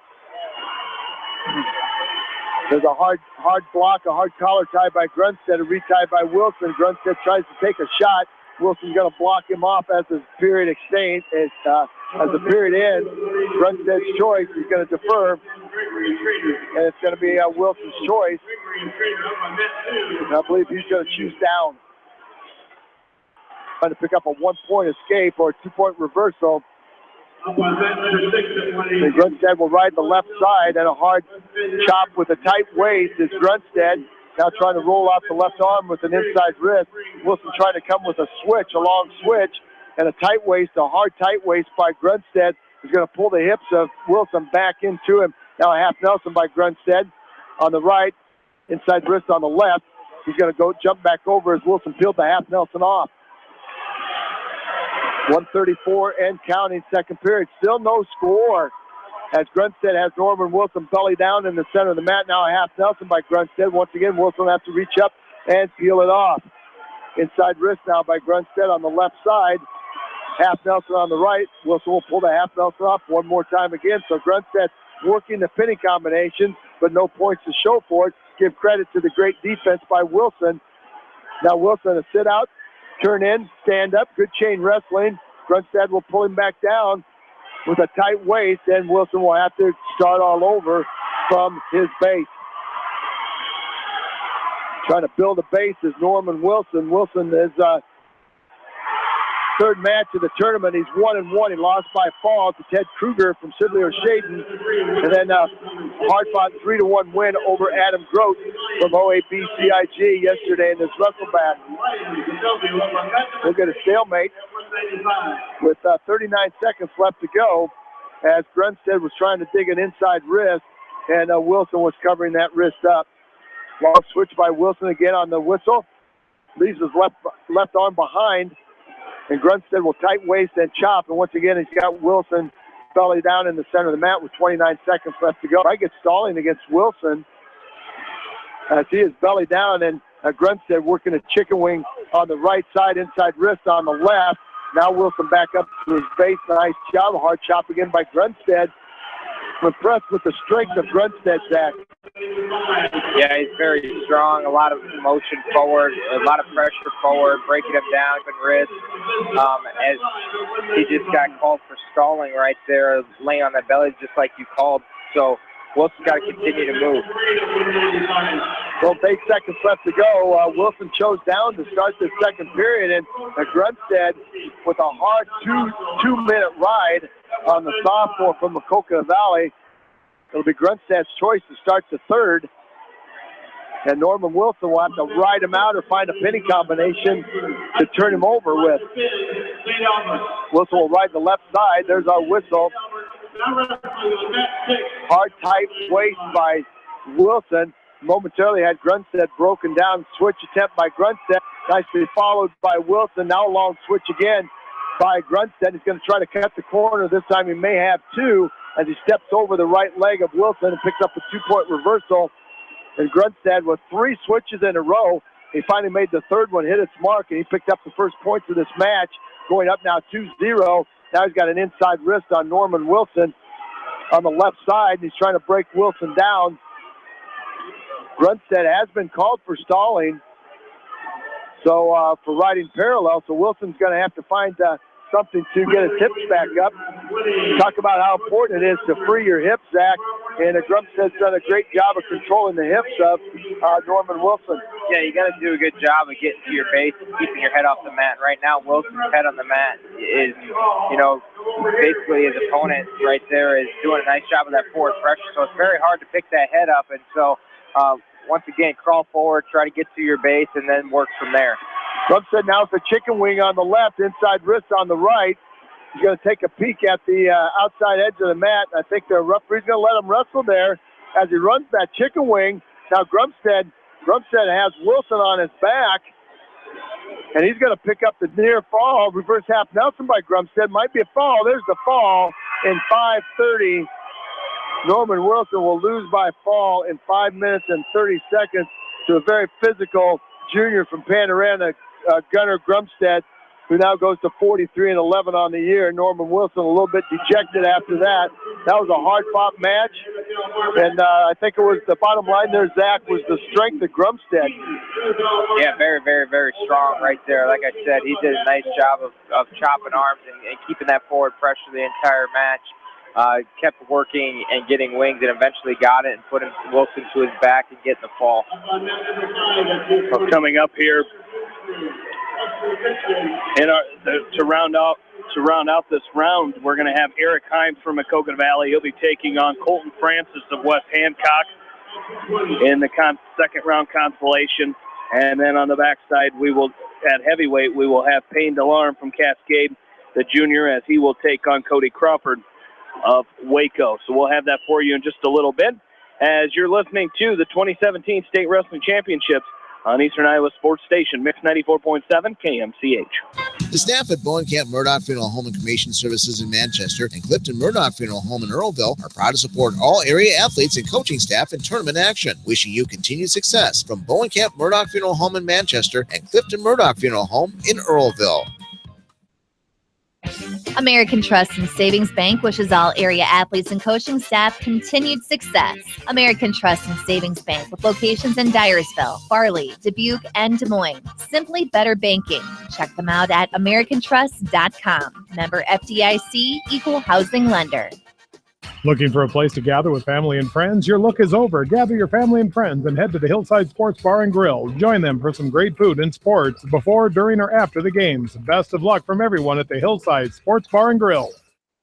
Sight and good vision is very easy to take for granted until it is taken away. Advanced Eye Care Associates of Eastern Iowa is here to help you. Advanced Eye Care Associates of Eastern Iowa is located at 105 East Butler Street in Manchester and at 1113 West 3rd Street in Vinton. Your vision is our primary focus. Milestones Group is a long-established Manchester CPA firm with services such as tax preparation and planning, accounting services, and business consulting. Everyone at Milestones Group wish all the area athletes, teams, coaches, and fans the best for a successful season. Barron Motor Supply, proud to support all area athletes and coaching staff. They appreciate all their hard work and dedication in and out of the classroom. Good luck from Barron Motor Supply in Manchester, your auto parts professional since 1930. Pete's Small Engine Repair are proud to support all the area athletes in tournament action. For all your small engine purchases, repairs, and rebuilds, call the Small Engine Experts. Pete's Small Engine Repair. Congratulations from Pete's Small Engine Repair in Monticello.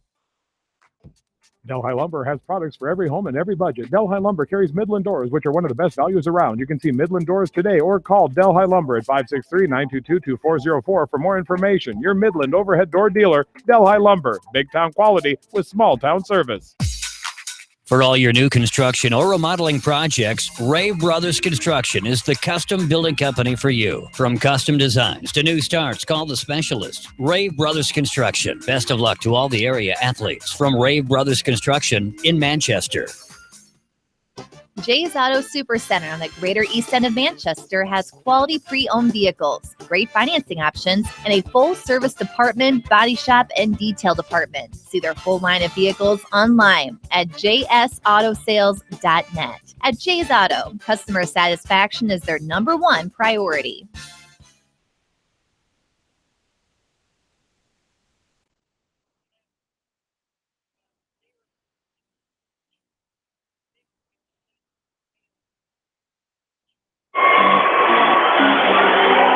Back into the Wells Fargo Arena, Jamie Vasky, Roger Reed, and Zach McCool back with you. Eric Himes up on mat number 6 as he is going to be taking on Colton Francis. Colton Francis from West Hancock, in the Constellation second round. Well, the skinny on Colton Francis. He's a junior at 34-6. He came in as a district runner-up. And I'll tell you what, he is put together, as is Himes, so it's going to be a very, very physical match before this thing is over. Eric Himes got here. He won his opening match 6-2, and then he lost a hard-fought match earlier today, 3-0, to number 4 ranked Noah Boonder from Sigourney Keota. So he's got some work to do against a very large, very big, very heavy-waisted Colton Francis from West Hancock. 109 just underway in this first period. Francis now trying to work a double underhook on Himes. Himes doing a nice job blocking him off with his head and pushing those shoulders back. Now an underhook. Francis drops to a single. He's got the right leg of Himes picked up. Hard whizzer by Himes. He's stuffing the head of Francis. Francis showing a little bit of strength. He's going to shelf that knee, and now down blocked by Himes. He's going to stuff the head of Francis. Maybe a go behind here if he can break the grip of Francis. Francis still locked up on the right leg of Eric Himes. Himes working and stuffing the head of Francis. Might get a stalemate. There you go. A stalemate there. So we'll go back to the center of the mat. Then that was a good shot by Francis. Great defense by Himes. We'll go back to the center of the mat with 23 seconds left to go. And neither wrestler now. Looks like they're both going to just let the time expire in this first period, as there's 8 seconds left. I don't think we'll see either wrestler take a shot here in these final 8 seconds. So Francis had a great shot. Himes had great defense, and now we're going to the second period at no score. Let's see whose choice it's going to be. It's going to be Himes' choice, and he will start down the second period again, trying to look to score first. Up on net number 8. We found out how important it is to make that score those first points. Francis will start on the right, quickly goes over to the left. Got that inside wrist on the right. That Syracuse right is going to roll that out to a bar. And Himes is going to limp arm out of it. And he's going to go right back to his feet. Front headlock by Francis. And it's going to be a 1-point escape by Eric Himes. So nice job, good hand control. Francis went right to that inside wrist and then tried to set up a whip over, and Himes did a nice job with his defense. 1:26 left to go in second period. And we go back to neutral. We didn't see either wrestler score any points from their feet. Francis had a great shot. Himes had great defense. Hard collar tie by Francis, retie by Himes. Himes trying to get inside position. Francis going to an underhook on the left side of Himes. He drops in on a single. Himes once again shows great hip strength, great leg strength as he fights that single off. 55 seconds left to go. Might get a stalling call against Himes as he's got his forehead buried into the temple of Francis. And Francis trying to work an underhook again on Francis. 41 seconds left to go again in period 2. Himes hanging on to a 1-0 lead here. Underhook now again by Francis on the right side of Himes. Himes is going to go inside tie on the right side of Francis. And Francis now is going to try to jump in on a double. And once again, Himes showing some heavy hips and some heavy legs, keeping Francis away. Francis takes a quick peek at the clock, sees 21 seconds on it. Don't think we're going to see Eric Himes shoot, but you never know. Well, if he could bull rush it on cue, Himes takes a long shot, a down block by Francis and a go behind. That's going to be a 2-point takedown. Again, Jamie, always talk about don't shoot yourself out of a match. And Himes trying to hit Francis with a double, and it cost him 2. Yeah, it did. And now, he's got to get going. And Coach Andrews is saying you got to be smart here. As late in that period, now you got to go to work. Now you're down 2-1. You got to be smart, and you don't want to give up 2 here. And he's going to give up 2 and go to his back as Francis comes with a quick switch and picks up a reversal. Now a reversal and a 2-point near fall. Now a reversal by Himes. He's going to make the score now 6-3. So we went through the first period and a half with no scoring, and then all of a sudden we've had a flurry of scoring, but Himes still down by 3. 1:31 and counting in period 3. I think Payne DeLorme is up on mat number 4, right next door to Eric Himes. So he is down now 1-0, and that has 14 seconds left to go in the second period. Eric Himes up on top of Colton Francis, riding now. Francis holds a 3-point lead. At some point, you're going to have to cut him loose, I think, Zach, or take one of those inside wrists and roll it out to a bar. Yeah, hopefully Coach Andrews right here tells him to cut him here if they get out of bounds, which they do, and hopefully they cut him and go feet to back. And Eric Himes taking a look at the coaching corner there. We'll see what they've got in store. 57 seconds left. And Zach, I think your strategy at some point, you've only got a minute left in the match. You've got to find something. Francis is going to play the turtle underneath. He's not going to give Himes anything to work with. So at some point, you've got to try to create a flurry of motions. You got an inside wrist on the left, maybe a bar arm now by Himes, and Francis is going to sit on that inside wrist and not let Himes roll that out. Half Nelson by Himes on the right side, and we should get a stalling call against Colton Francis as he is going belly down. Now back up to his knees, inside wrist by, there's the stalling call right there. Now an inside wrist by Himes. He tries to roll it out to a bar. Francis comes up to his feet.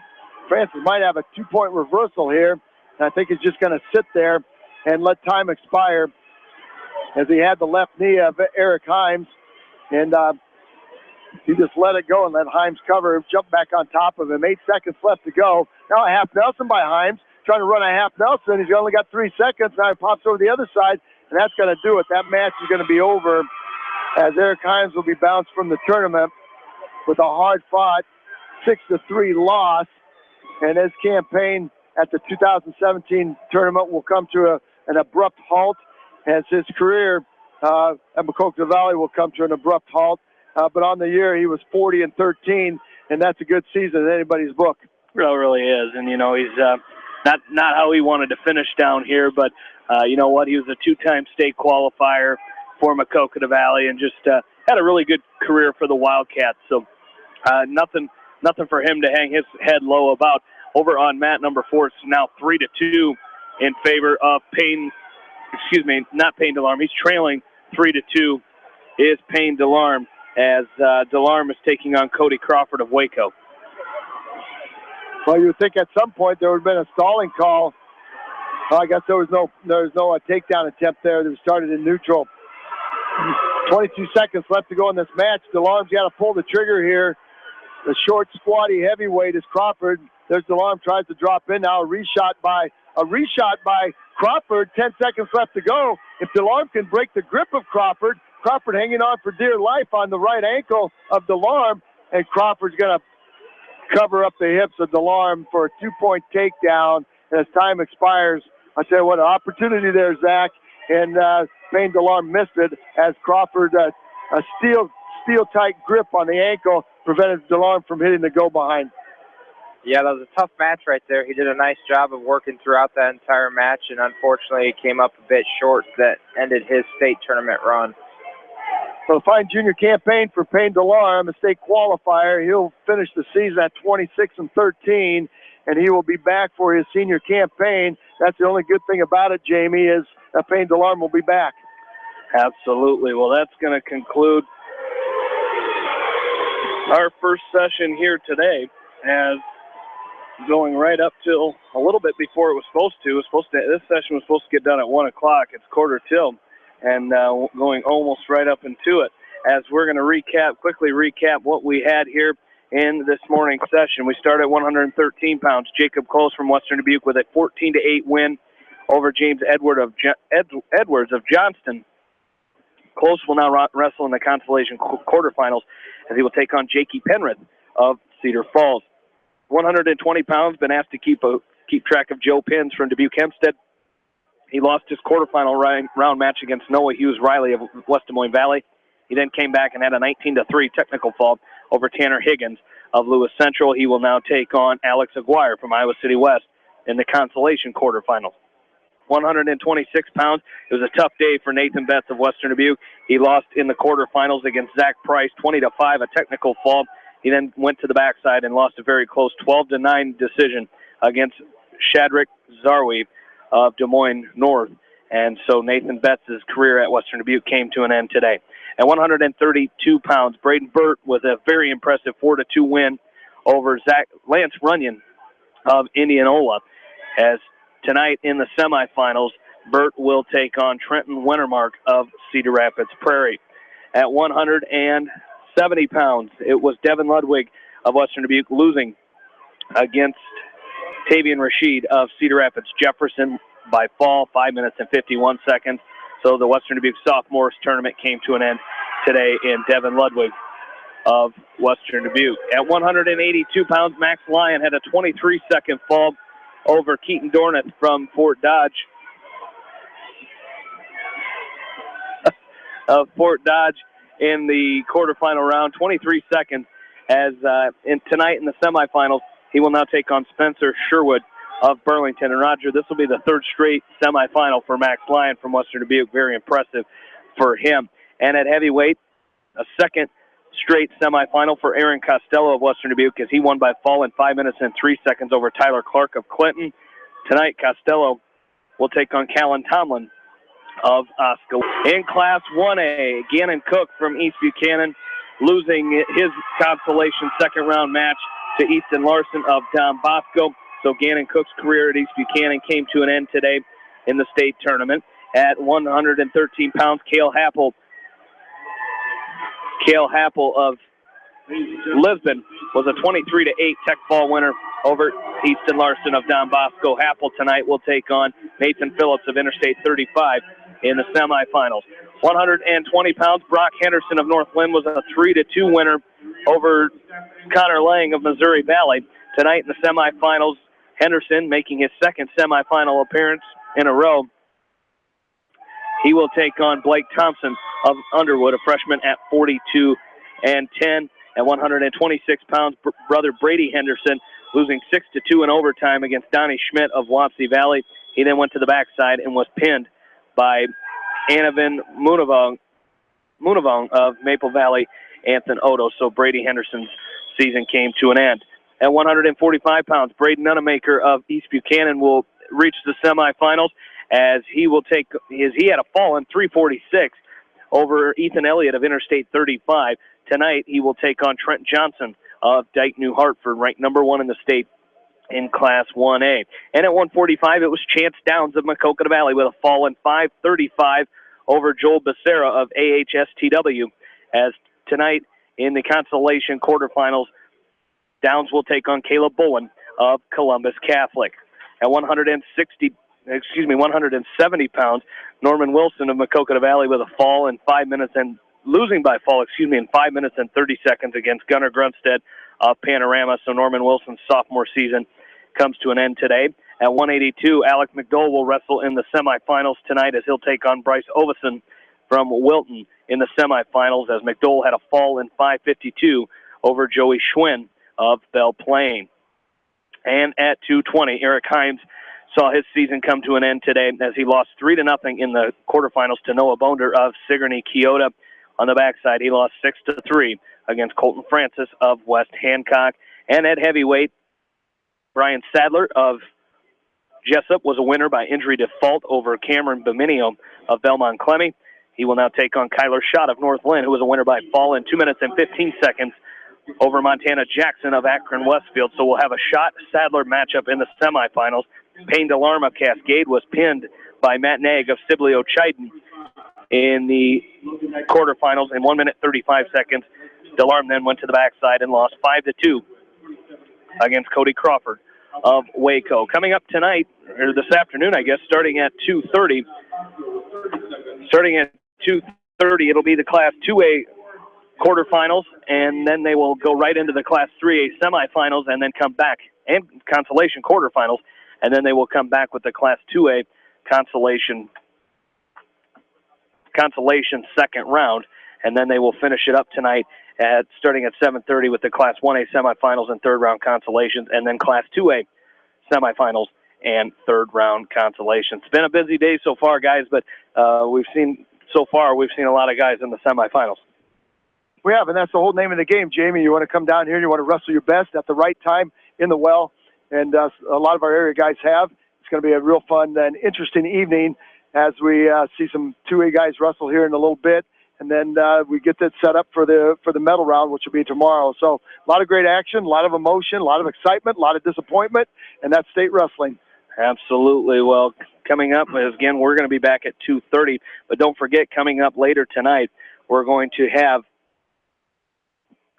high school basketball, Class 2A girls basketball tonight in a semifinal, Maquoketa Valley at Iowa City, Regina. And we'll have that game with John Swisher and Bill Logan tonight as, again, that's Maquoketa Valley taking on Iowa City, Regina. I want to thank the sponsors of high school wrestling and postseason wrestling here on KMCH for everything that they do. Without them, we wouldn't be able to bring you coverage of the state wrestling tournament. So get out there and please shop locally. I want to thank Mike Johnson and Janelle Tucker for getting us running this morning. And most of all, thank you, the listeners. For Roger Reed and Zach McCool, I'm Jamie Vaskey saying so long for now from the Wells Fargo Arena. And you've been listening to the 2017 State Wrestling Championships on Eastern Iowa Sports Station, Mix 94.7 KMCH. For all of your auto, home, health, and life insurance needs, it's American Family Insurance Tad Mormon Agency in East Main in Manchester. Best of luck to all the area athletes and coaching staff from American Family Insurance Tad Mormon Agency in Manchester. Your dream is out there. Go get it. They'll protect it. Hi, this is Jamie Vaskey at Don & Walt LLC, your independent Lennox dealer in Manchester, encouraging you to plan ahead. Have us check your heating or air conditioning unit before you need it. For residential or commercial plumbing and heating needs,